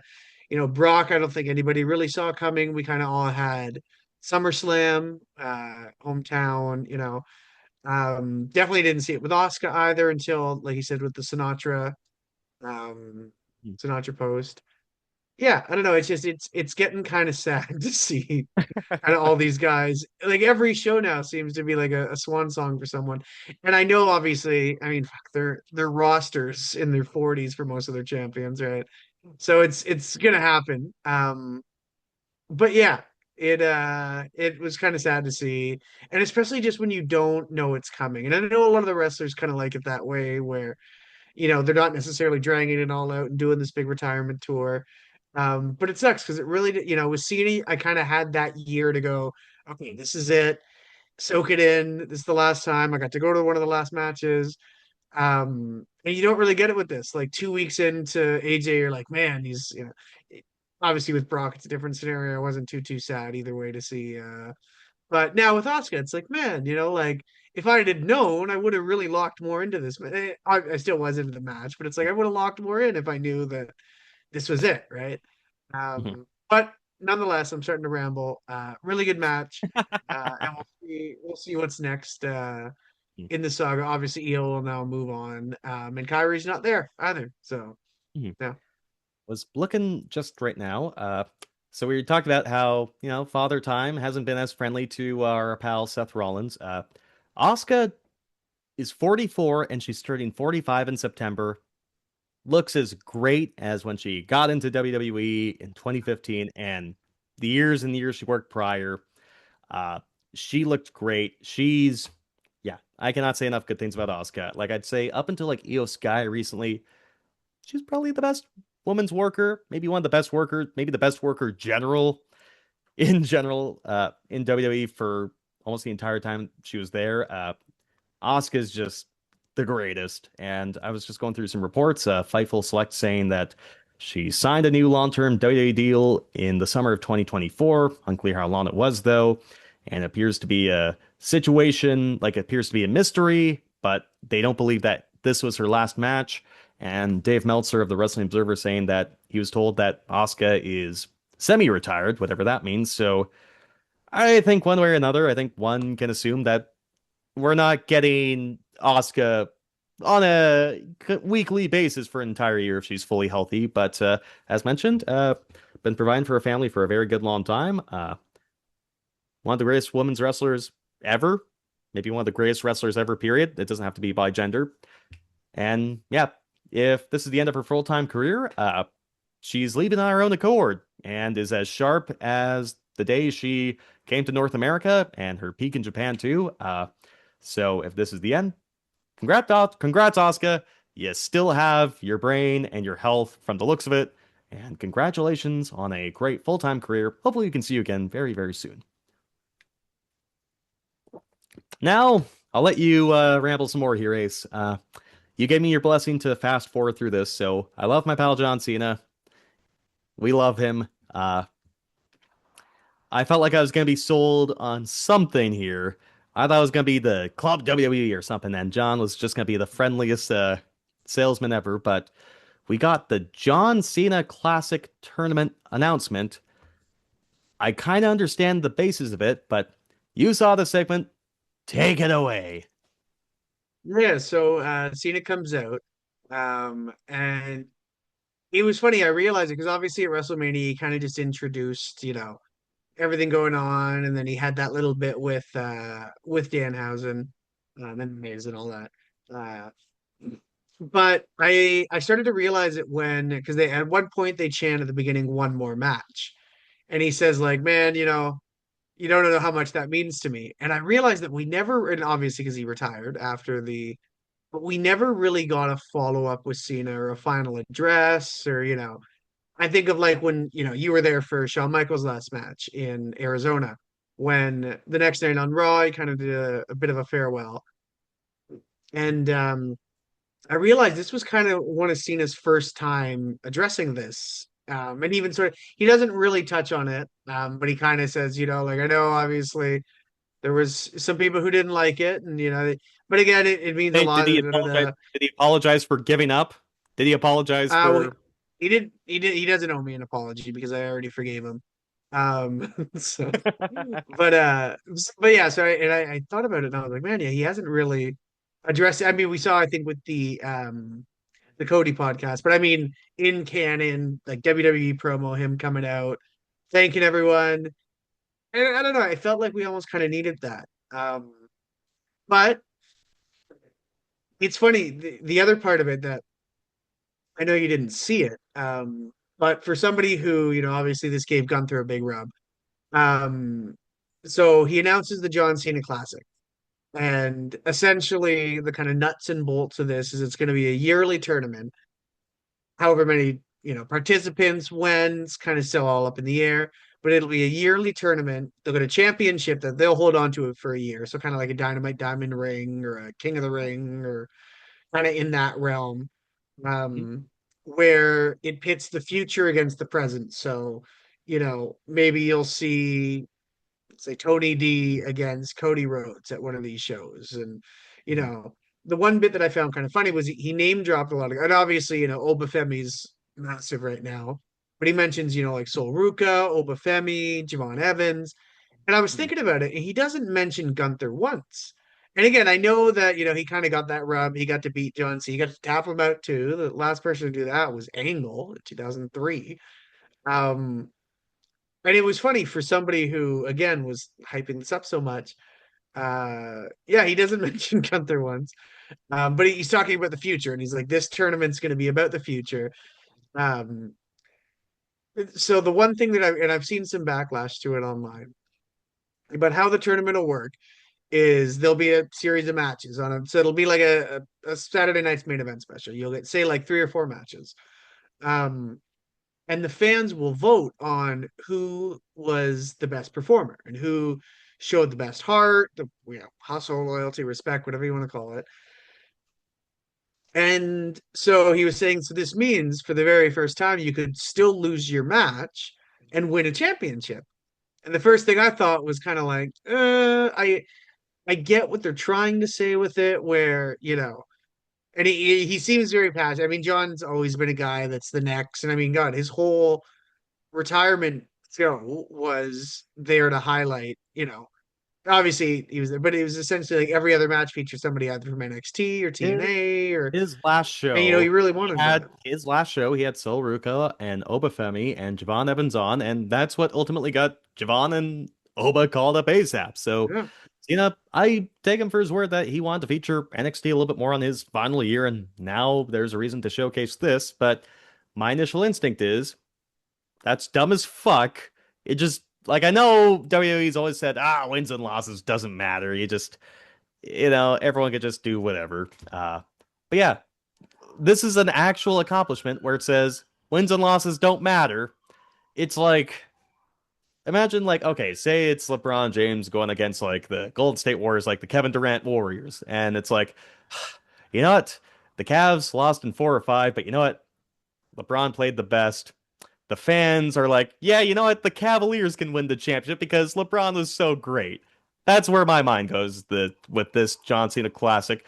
Maybe there's details to iron out, but my initial thought is this fucking American Idol? This is dumb. This is very dumb. Wins and losses should matter. That was my big apprehension with it too, is it's like I don't think it can be for nothing.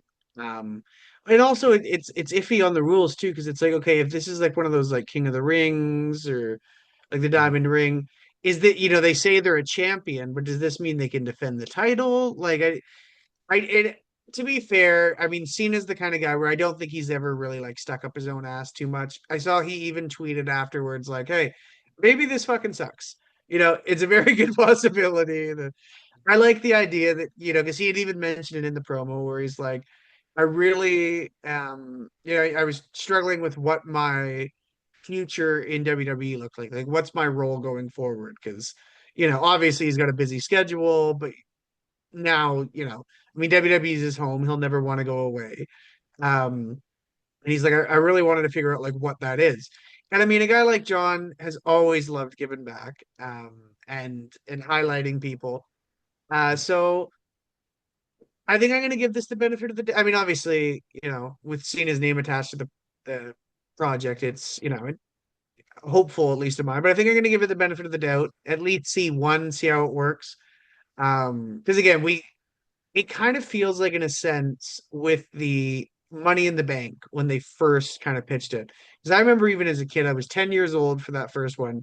I didn't really know how it worked. I knew that Edge kind of was going to get a title match or something, but we never really saw like until he came out after the match, and it was like, oh, so that's how And I feel like it's kind of like this is still very new, I think you're and giving them we're in too an much era benefit of the where doubt here.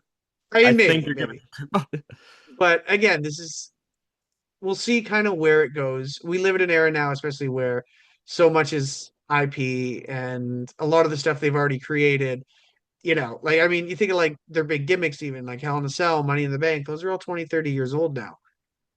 Maybe this sucks. Maybe it goes down in flames, and it's just like, yeah, well, least we tried, right? The heel turn was the same kind of way where it was like, yeah, probably shouldn't have done that.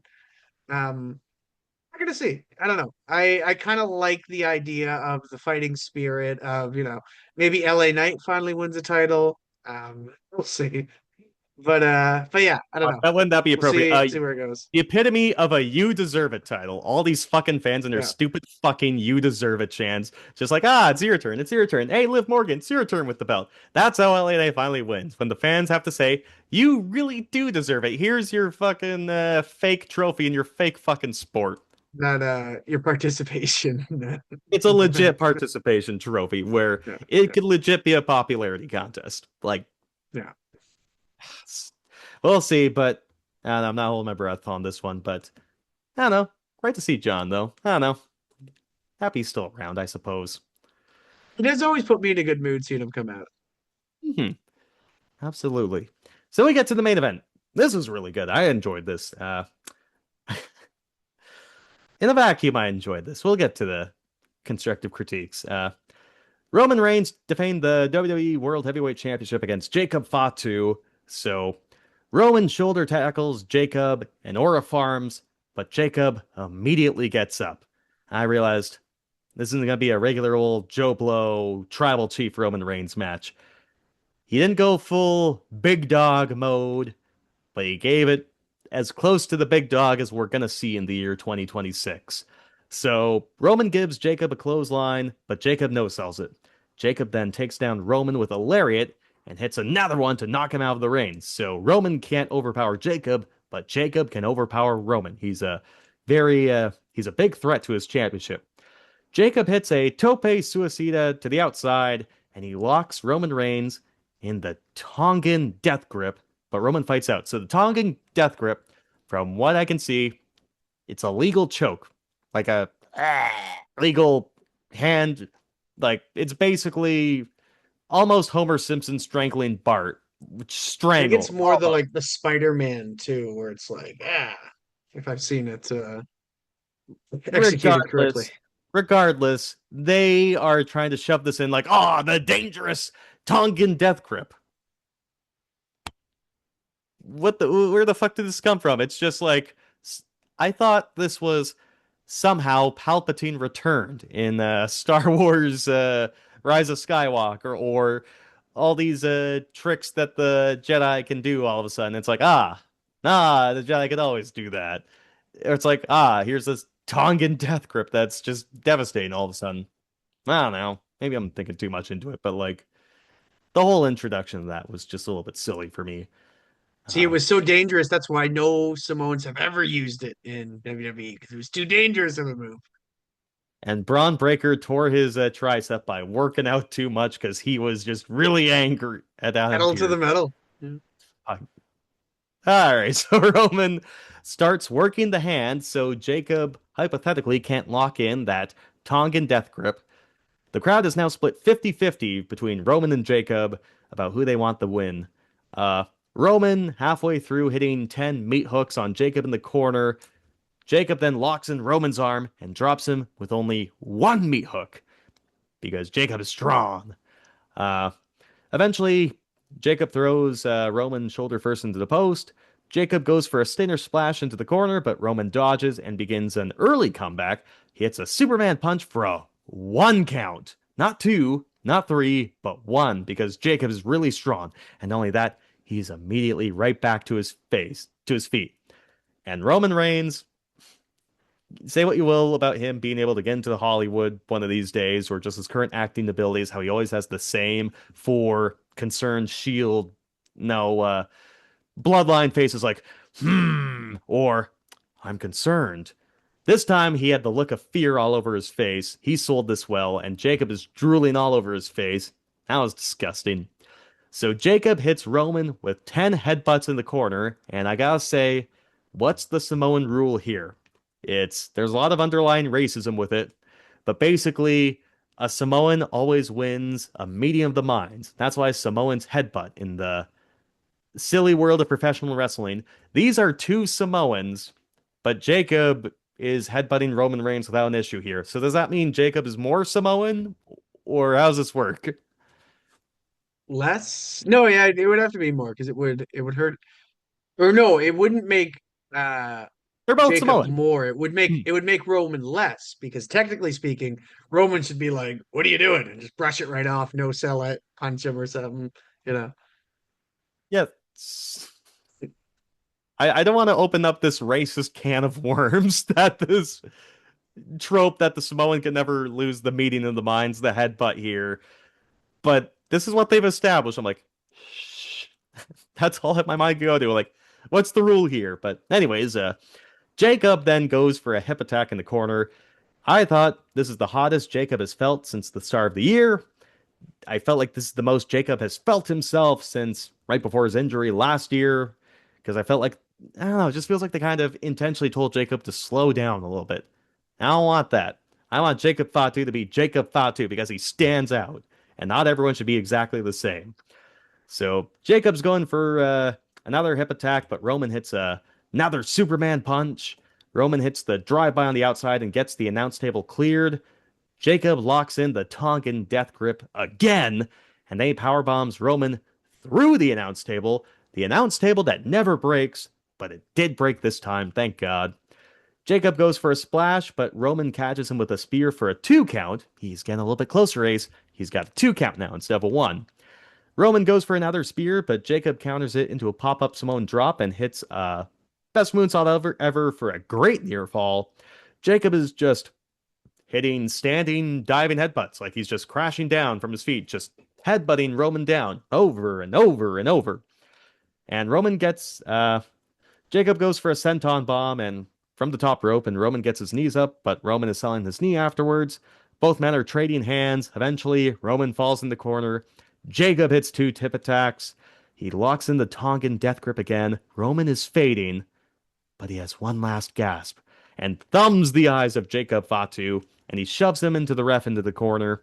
Roman then hits 2 Superman punches, but he runs into a super kick by Jacob. Jacob goes for a pop-up Samoan drop, and Roman hits a Superman punch from the air. He then hits a spear for another great near fall. The spear is a protected move, and Jacob's kicking out of that, so Roman loves his cousin, Oos. After a few seconds on the mat, Jacob locks in the Tongan death grip again. Roman is a desperate, desperate champ who's grabbing at the referee, and eventually he's grabbing at the turnbuckle pad, and he rips the pad off. As the referee goes to put the pad back on, Roman throws Jacob into the exposed turnbuckle and hits the spear for the win. Now, here's the difference here between winning a sporting contest and beating your opponent. Roman is selling this like he escaped the match by the skin of his teeth, but he did just enough to keep Jacob down for the count of 3. But Jacob Fatu gets up shortly afterwards, and he attacks Roman Reigns. He locks in the Tongan death grip again. He hits a pop-up Samoan drop on the referee. He locks in the death grip again. Shane Helms, Jason Jordan, your boy, Jamie Noble, and the agents, and Adam Pearce, they all come out, but Jacob is taking out the officials and locking Roman in the death grip again. Jacob is left standing tall. I believe this is his heel turn, but to be fair, he's naturally an unhinged maniac, and Roman did kind of cheat to win. And just when I think the show is over, as I was typing these notes, Jacob is back to lock in the Tongan death grip again! And then he lifts the World Heavyweight title over Roman's lifeless body to end the show. He might as well have won the championship for all we can view here.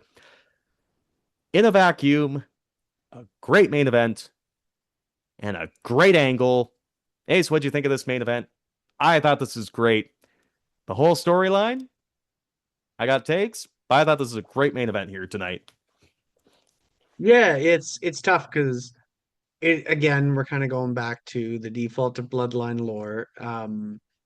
But I mean, they work super well together. I mean, obviously they're family; they know each other very well.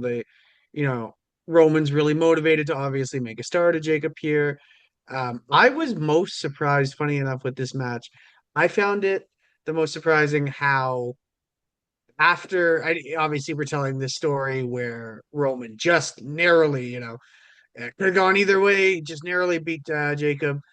I was surprised Jacob was up first. Like after the spear, he gets the pin. Roman's kind of like laying there, like, oh. Jacob's sitting up by, 5 seconds later, 10 seconds later. Like they usually, I know obviously we say that wins, we were just going on about the whole wins and losses mattering thing. You're right. It felt kind of like Jacob won this, even, for another match example, with Triple H and Undertaker. Like Undertaker was so devastated that, he beat Triple H at WrestleMania 27 and, but he wasn't the one that got to walk out, right? It was, Triple H got quite a few good hits in there to quote wrestling isn't wrestling. He would have won the John Cena Classic in He that would have, WrestleMania. if Undertaker and Triple H took place at the John Cena Classic, Triple H had enough hustle for but yeah, I don't know. I obviously this feud's gonna keep going. I don't know if that, if this leads to Italy maybe now where they have a rematch.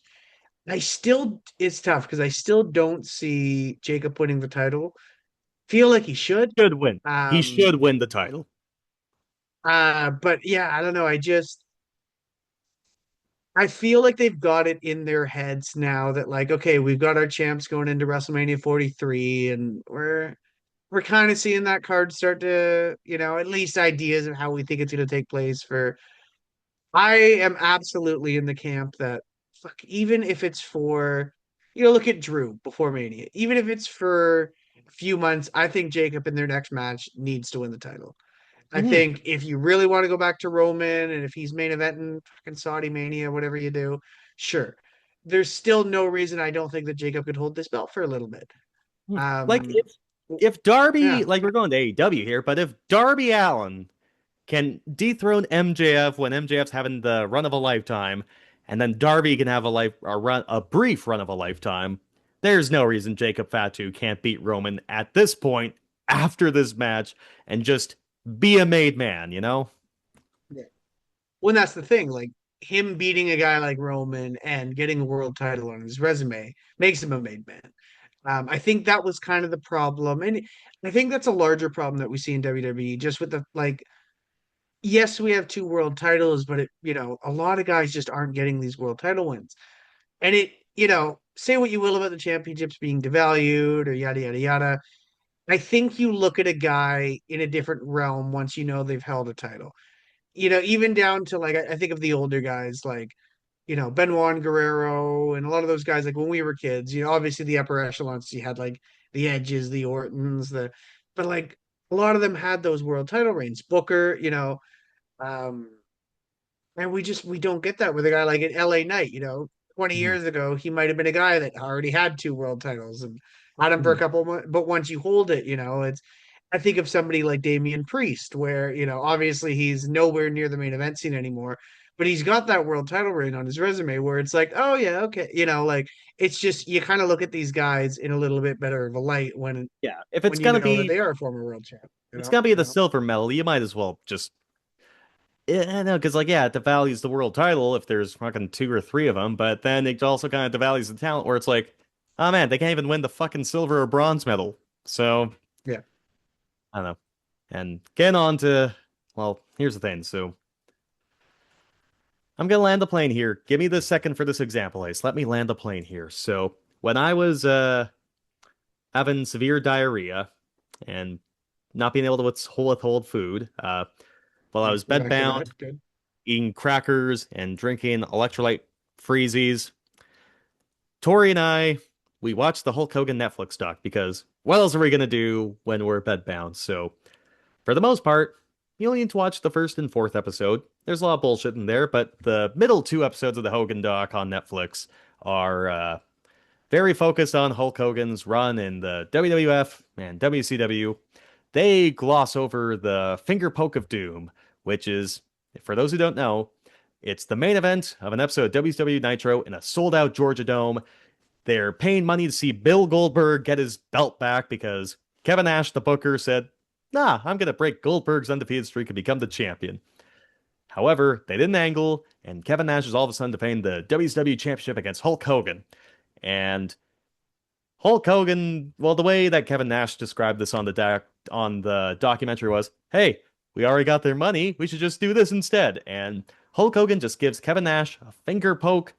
Nash takes a bump, and then Hogan just becomes the champion. So they described it as like, "Hey, we got their money. We should just do this." But what the finger poke of doom was desperation. WCW was not losing the war at that point. They lost the Monday Night War afterwards, and then eventually they died 2 years later. But at the point, some cracks were showing in WCW's armor. And the WWF in the late 90s with The Rock and Austin, they were starting an upward trend. And so Kevin Nash, the booker, said, Deja vu, isn't it good? Because 3 years after the original NWO formed, and Hulk Hogan was the third man, and he became the World Heavyweight Champion. And 3 years later, they were just starting over. Hulk Hogan was the heel champion, and the original NWO was reunited. After Sting had apparently ended the NWO, but he didn't. But basically, he was just about starting over. So after WrestleMania, Roman beats CM Punk, and he's the World Heavyweight Champion. And out comes Jacob Fatu, and God bless all these men involved. I thought 2 years ago, Roman Reigns lost the championship, and then we had Bloodline versus Bloodline, where Solo Sikoa led the other portions of the family. And now, 2 years later, WWE's not losing the wrestling war. You're seeing some cracks in the armor, but we're just starting over because this company was red hot, in part because of the Bloodline storyline, and we're taking a look at these ticket advances. They're not as strong as they were previously. Everyone's complaining about, well, this company's PR is taking a hit just with all these advertisements on WrestleMania, the cuts that have gone on recently, etc., etc. I just thought this screamed of desperation. Let's go back to the Bloodline feud. Roman Reigns is the World Heavyweight Champion. It felt like we were just starting over, and God bless Jacob Fatu, and God bless Roman Reigns. I loved this match tonight, but in general, I never need to see this fucking family feud with one another again. I don't need Roman Reigns to utter the sentence, you need to talk some sense into so-and-so ever again. It's 2026. The Bloodline started 6 years ago in a pandemic. Let's find something new. Give us something new to sink our teeth into. I don't know. I do see the comparison there. And you're right about the starting over, because honestly, I mean, even my big problem with the show we were at in for War Games was it felt like the Jay apology wasn't earned. Mm-hmm. Because I mean, obviously Roman was the biggest part of that Bloodline story. I felt like Jay's kind of arc throughout that whole thing was the biggest part to me. And it's crazy to say it because there was a point with the Bloodline where it didn't matter what they were doing. Like it was just so hot. Sammy was in there. Like everything was just, firing on all cylinders. Everybody was super over. Solo. I mean, we joke a lot about somebody like Solo Sikoa now. Like he was a straight up enforcer. Like you're right. It was the hottest angle and honestly contributed to this boom period. And my biggest problem going into that Survivor Series, being somebody who was super invested into the Bloodline saga at this point, was I don't like that Jay just went back. And it just, even if there was more apprehension there, even if he went back being like, you know what, Jimmy, like we've been down this road before. It doesn't, it always ends the same. But you know what? You're my brother. We've recently made up. If it means a lot to you, but fuck that guy. And it didn't feel earned, and then it was just kind of whatever, and he just sort of went back. And I still feel that now watching Jay do Roman's bidding all over. And I think Jay's a tough example too, because Jay is his in the super. his PR He's in the has tanked in the He's last in the year. super, like his PR is tanked, but like he Yeah. world heavyweight champion material? No, but like he was Well, popular. absolutely not. But like now Jay is in the super cuck chair. Like, are you kidding me? How is this just He is we're right starting back over? to he is right back to where, like, in 2020. Yeah, I don't know. I really like Jacob Fatu, and I think he could be a massive star. I think you could do without a lot of the bloodline bollocks that we're seeing, and Yeah. just straight up like, hey, it's tough to you really notice it when they're dominating every show. Like it's on Raw and SmackDown. It's not like Yeah. now it's just exclusive. Like you're seeing this twice a week now. Yeah. So yeah, it definitely feels a bit stale, I feel. Um, but I'm sure there's people because of that nostalgia, because of, like, oh, this was huge at one point. And I'm sure TKO is looking at it that way too. Like, hey, this is what worked before, so history Let's not shows us it must work again. let's not our bald asshole Triple H. That's not Josh over. I'm sure that you know Oh, of course, of is course. yeah. Let's not. I kind I of just look at them don't all want. in the same realm.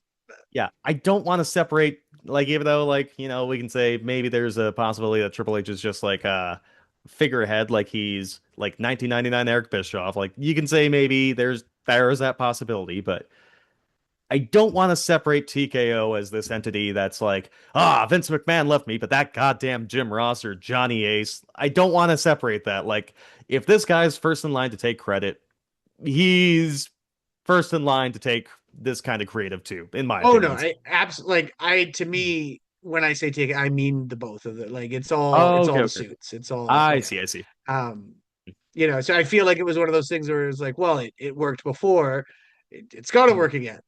Um, but again, it so much of it's unearned. It undoes so much that did like there was a time when Roman hadn't lost in 4 years, and Jay was the first person to fucking pin him at the London show, Money in the Bank. Um, yeah, I don't know. It feels like a big reset, and I'm not sure kind of where they go from here with it. Um, He's yeah, got to yeah, win the title. He's just got yeah, to. Otherwise, what are we doing here? What was the point of this main event ultimately? Uh, yeah. because earlier it's like you talked about Jacob Fatu. So here's the thing: maybe the interactions with Roman are good.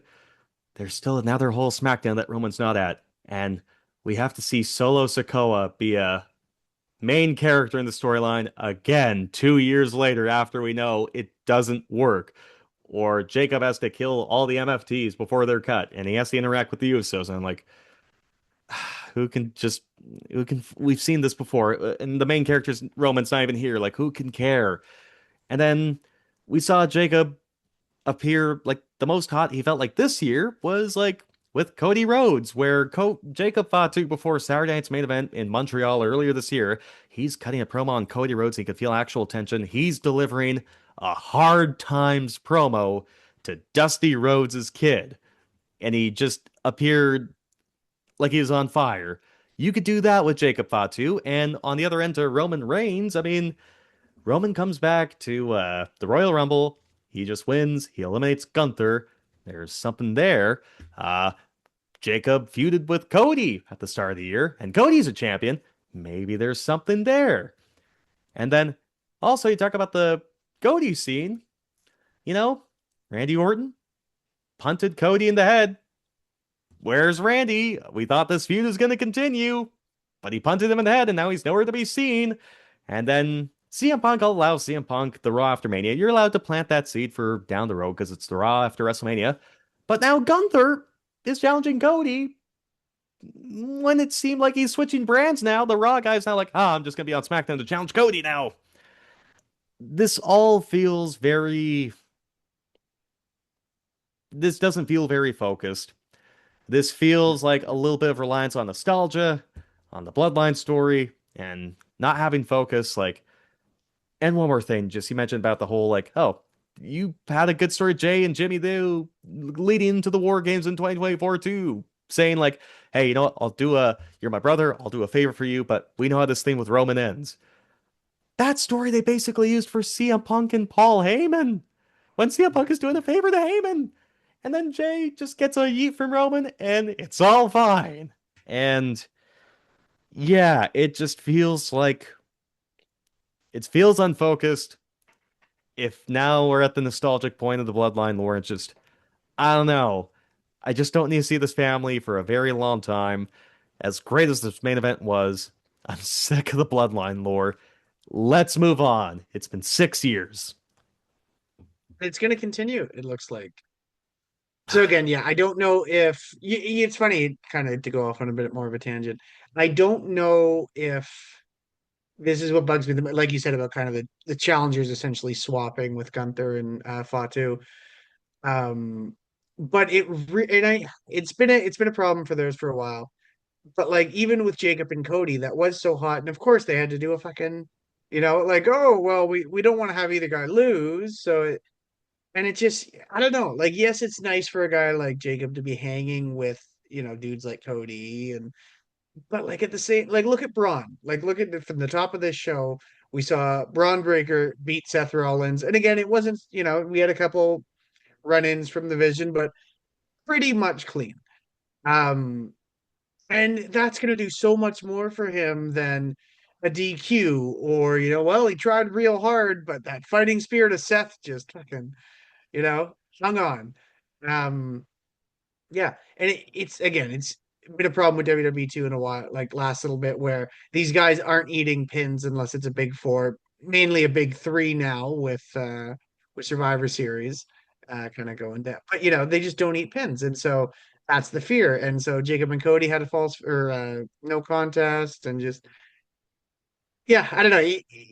Storyline, it would have made a lot more sense for him to, let's say, go after a guy like Cody right away. I mean, he was right there in the title picture until Drew was screwing him just a month ago.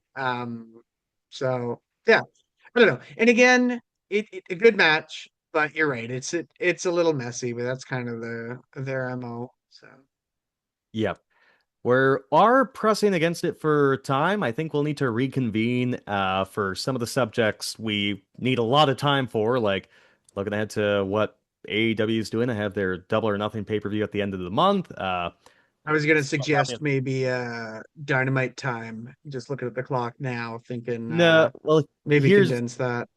here's the thing. No AEW. My thought is so within the last 2 weeks, there's been a lot of talk about WWE having a mass round of cuts. A lot of familiar faces, including Kairi Sane, got released.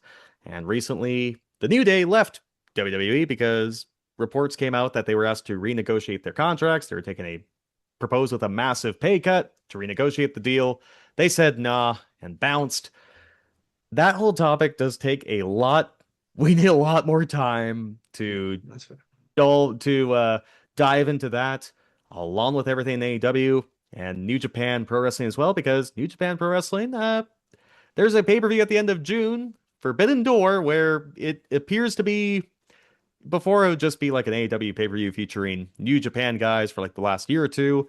Now it feels like there might be even more crossovers, so there's a reason to keep our fingers on the pulse of New Japan Pro Wrestling. So we have AEW, we have the thoughts about the cuts and just the overall TKO business model, and AEW and New Japan Pro Wrestling. So before we call it a night, though, two other points I think can be rather quickly that we can get through rather quickly. One, I'm not sure if you saw this, Ace, but Rebel situation. So Rebel's been on the wrestling scene for like the last decade and change. Recently was sort of like I guess the manager, the lackey, the hype man, whatever you want to call her, of Dr. Britt Baker in AEW, and I thought she was doing a really good job there. She hasn't been on TV for a number of years. Now we kind of know she was going through a good medical journey there, and she released a video recently, and she found out that she was diagnosed with ALS, which is I recommend watching the video if you haven't. Those who are listening and watching, it's a gut-wrenching watch, to say the very least. I'm sure, like, I've had a friend who lost a loved one to ALS. It's just a slow death sentence, for lack of a better term. I remember having to do a story here. The mayor of Sun Peaks, Al Rain, the late mayor of Sun Peaks, got ALS before ultimately passing away, and it's just a disease that I don't wish on my worst enemy, and Rebel has to go through this fight. I'm happy she's got her clarity, but yeah, I guess I'm happy that she's seen how beloved she is before it all comes to an end. But yeah, I'm not sure you had any thoughts on that, but just I don't know, I'll give my best wishes to Rebel here.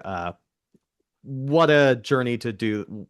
What bravery to come out with this and speak to the world, quite frankly, in this state. But yeah, I just saw it and I had to kind of stop what I was doing there and just kind of count my blessings in a lot of way. Sometimes life's not fair, and that's kind of what happened here. Yeah, it's really unfortunate. Yeah, it's hard to even know what to say for these kind of things. It really, puts it into perspective too, where like, one, you never really know what anybody's going through, but the stuff that you think's really important or, stuff that you're struggling with. So, yeah, you see something like this and it's like grand scheme of things, it's not that deep. And stuff like this just kind of reminds you how kind of unfair life can be.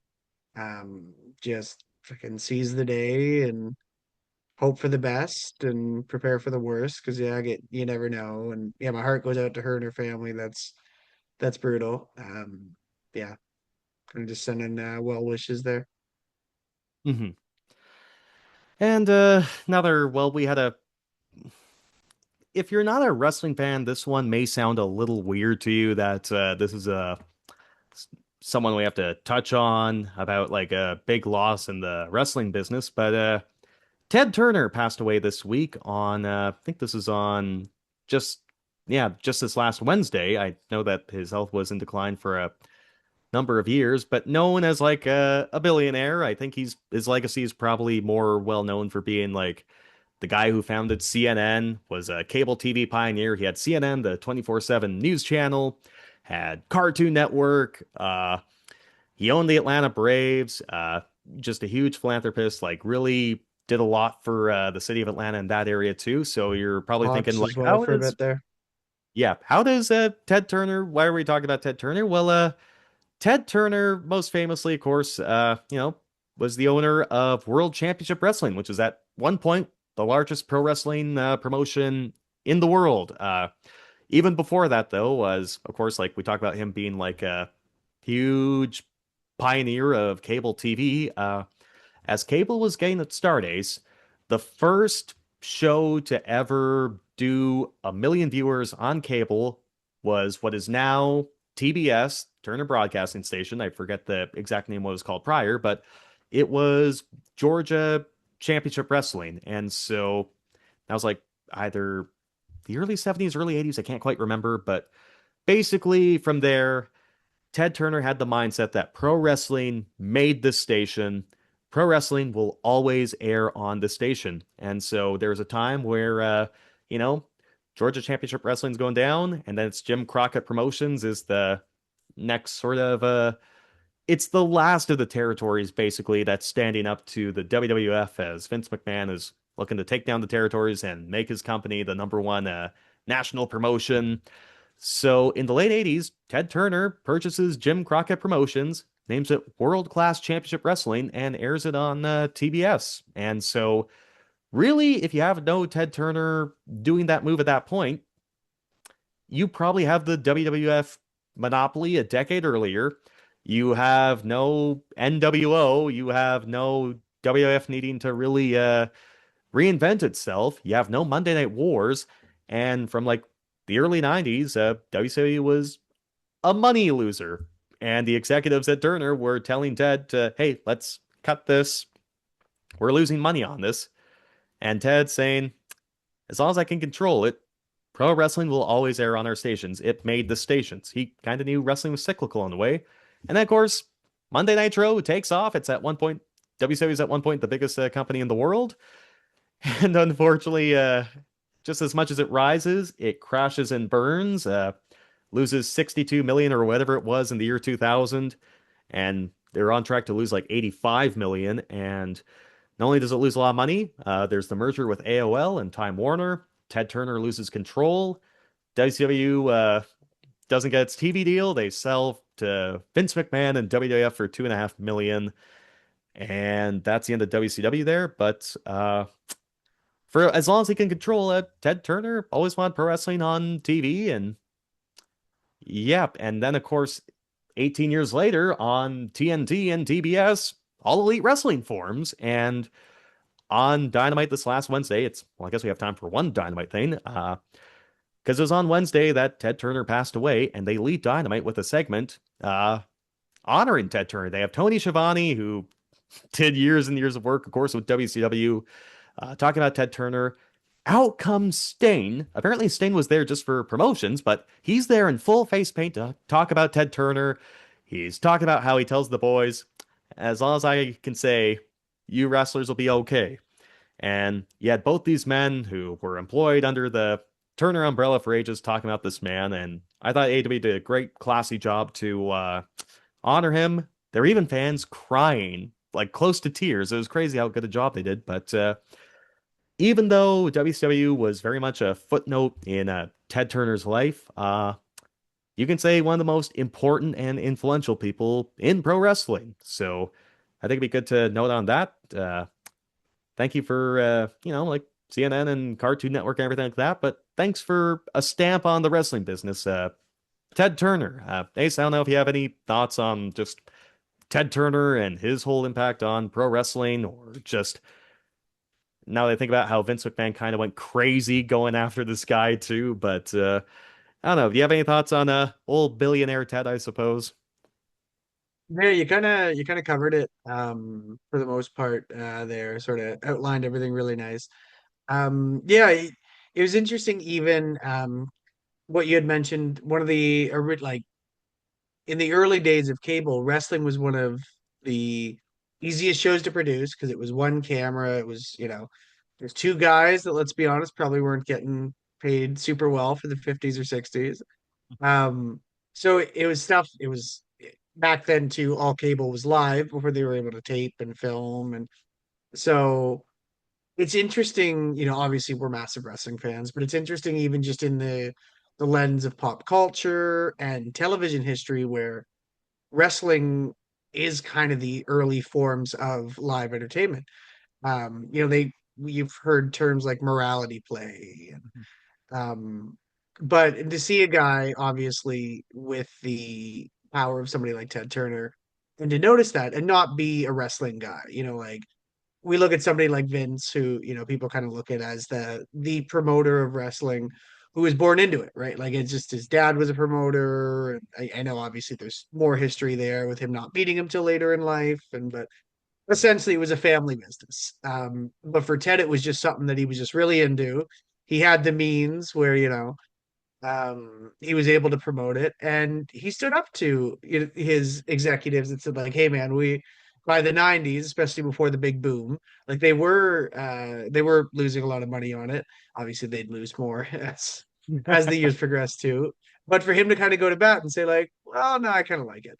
I know a lot of times for those, yeah, billionaires there's write-offs too, but I It like to was think that it was just something like, honestly, even if I lose money on this, I really like it. I enjoy it. I like having my name on it.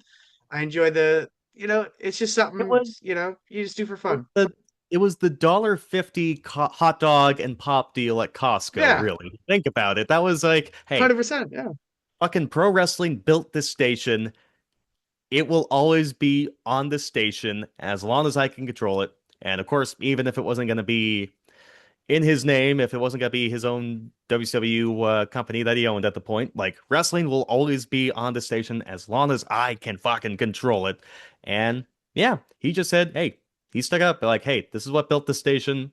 It'll always be on. And I do appreciate that level of loyalty, as you were alluding to again and doubling down on. So, And it's nice too, obviously we see not to compare the two, obviously there's a few comparisons to be made right there.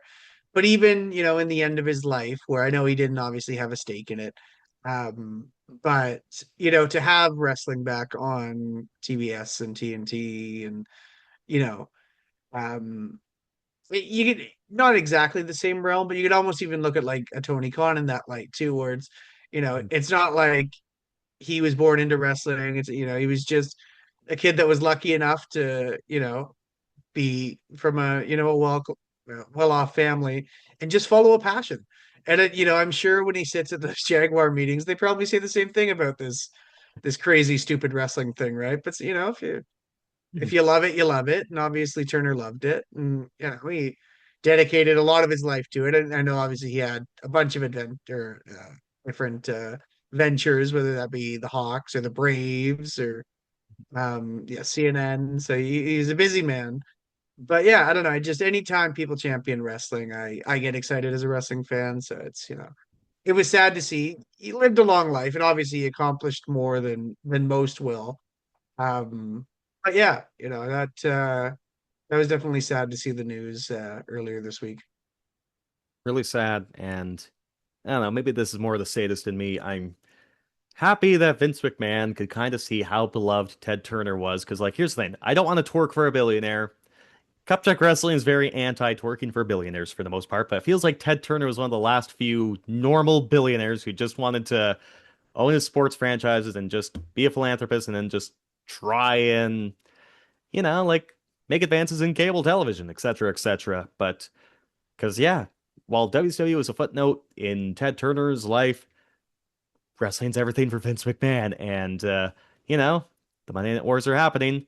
WCW signs like Hogan and Savage, and all of a sudden you got the billionaire Ted skits where there's a guy pretending to be Ted Turner, and they're talking to like an old Hulk Hogan, an old fake Randy Savage, and it just comes across very, very poor, not just in hindsight, but at the time too. And like there's the posters that come out. I need to find it actually. Does Ted Turner have an agenda against the WWF? I gotta find this poster here real quick. But yeah, it was just wild to see that WCW and billionaire Ted were just like the all-time heels for the little old World Wrestling Federation. And, you know, the winner always writes history, I suppose. But thankfully, there's been like a little bit of a pushback to the WWE produced documentaries where, maybe the Monday Night Wars documentary wasn't exactly as honest as was produced, but seeing Ted Turner beloved in passing as he was, I do wonder if maybe just, Vince McMahon's just there boiling just a little bit more like, god damn it, pal, or maybe he's just someone like, fucking god damn it, I couldn't control the messaging on that one, pal. What I think the other part of it now too is now that we, for the first time with AEW, whether we can talk ratings and whatnot, but we have a legitimate secondary source of wrestling that's not just, and because of that, now we've got stuff like Dark Side of the Ring and like these different ones where it's not just a lens through, it's not just a self-destruction of Ultimate Warrior, right? Like we get these different voices and it's not just, like, oh, WCW was doing really good, but then, they imploded and we were bitter. So we did, it, it's interesting because like I mean, when did Vince step down? Like 23. So for like 22 years, 23 years, he took every chance he could to mention that he won this fucking Monday Night War. And even just it's crazy to think of now, like again, we'll get to this now in the next show. But to buy WCW for fucking less than probably Kofi Kingston was going to be getting paid if he stuck around Yeah. is insane. It's just Mhm. fucking nuts, man. Like It's that even library, that catalog, that yeah. it's even crazier. So I was listening, I can't remember if it was like a Q&A or what, but Brian Alvarez was talking. Brian Alvarez co-wrote the Death of WCW book. He said that the fact that made his jaw drop was so they purchased WCW for $2.5 million. So the way pay-per-view worked back in the day is that a lot of the pay-per-view providers would hold on to the money that these promoters, like not just for wrestling promotions, but if you're into boxing or UFC, etc., or concerts or what have you, they would hang on to this pay-per-view money as long as they possibly can. So you know what? Because of how late WCW got paid for their pay-per-views, Vince McMahon got more money in WCW pay-per-view revenue than he paid for WCW. Man. That's fucked. Are you kidding me? Yeah. What a haircut deal. Anyway, I found it. So it was a newspaper advertisement that Vince McMahon put in I think this is the New York Times, and it looks like Ted Turner's a criminal. I'll try and put it there. Oh my God, this is horrible. This is me, peak boomer me coming out. Let's see if I can make the brightness a little bit better, but yep, I can't. But basically it says, Attention TBS stockholders. Does Ted Turner have a personal vendetta against the World Wrestling Federation? Time Warner, beware. And if that just shows you how, how the old drill tweet goes, like, oh, by the way, I'm not mad. Please don't tell the newspapers I got mad. Nobody was more gotten to than Vince McMahon just by Ted Turner existing and owning WCW, I suppose. So, Not even the craziest thing Vince has done probably in the last fucking year. Like that oh guy's no, nuts. That does not surprise me at all. That is par N- for the course for that animal.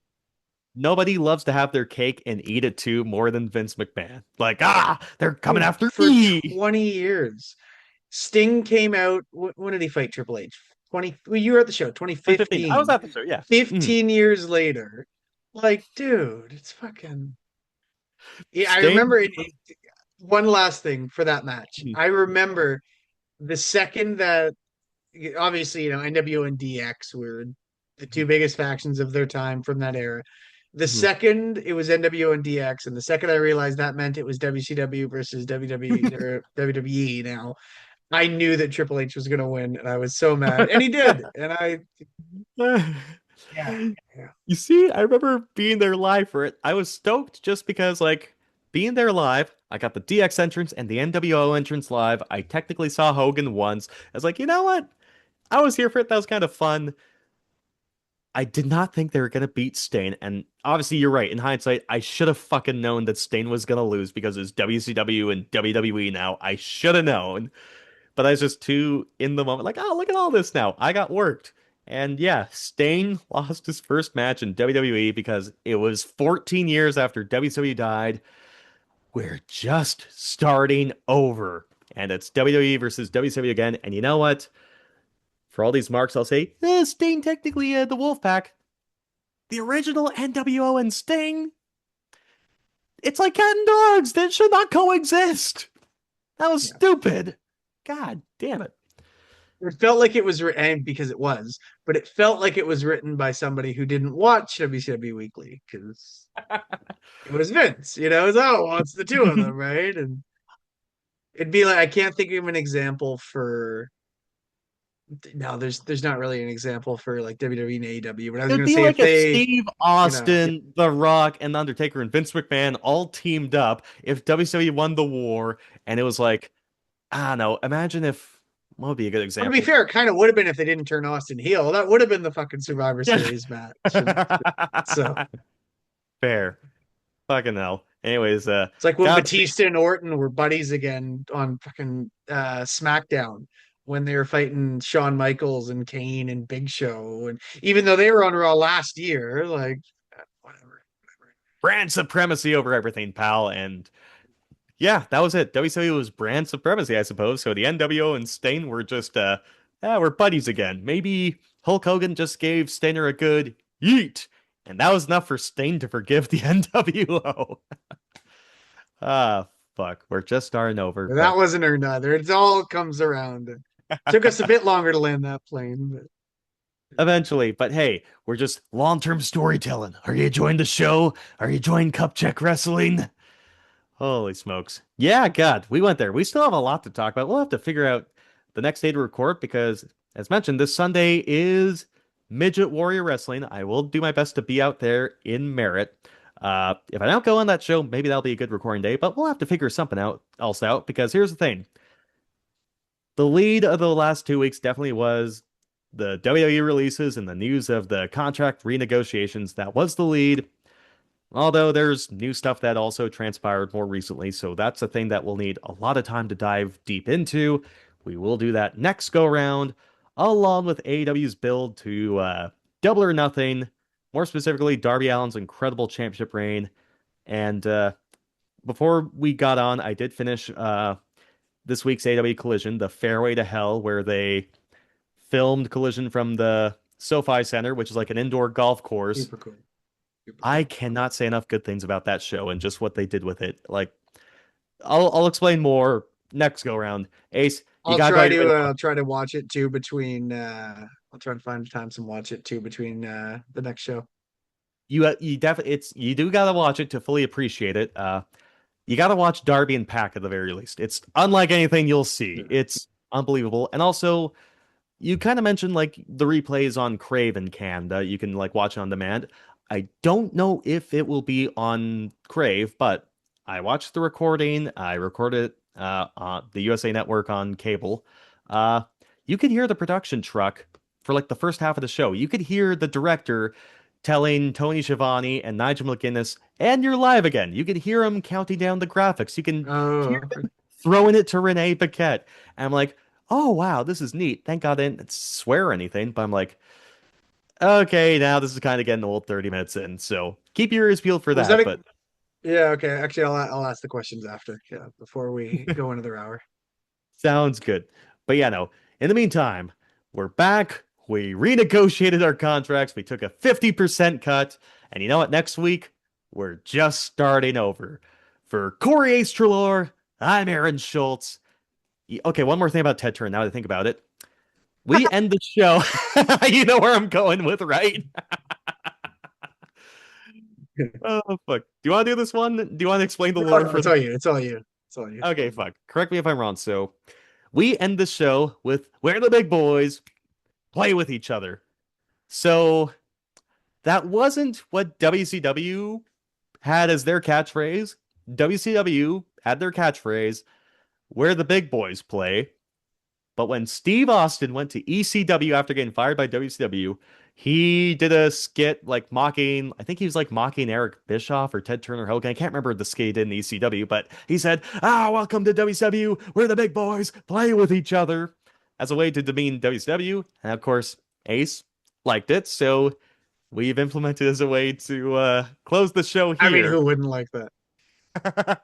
So that's just another little domino effect of Ted Turner's influence being on this podcast, Ace. I can't Oh believe it. yeah. Hell fucking yes. So for the late Ted Turner, for Corey Ace Trelaw, I'm Aaron Schultz. This is Cup Check Wrestling, where the big boys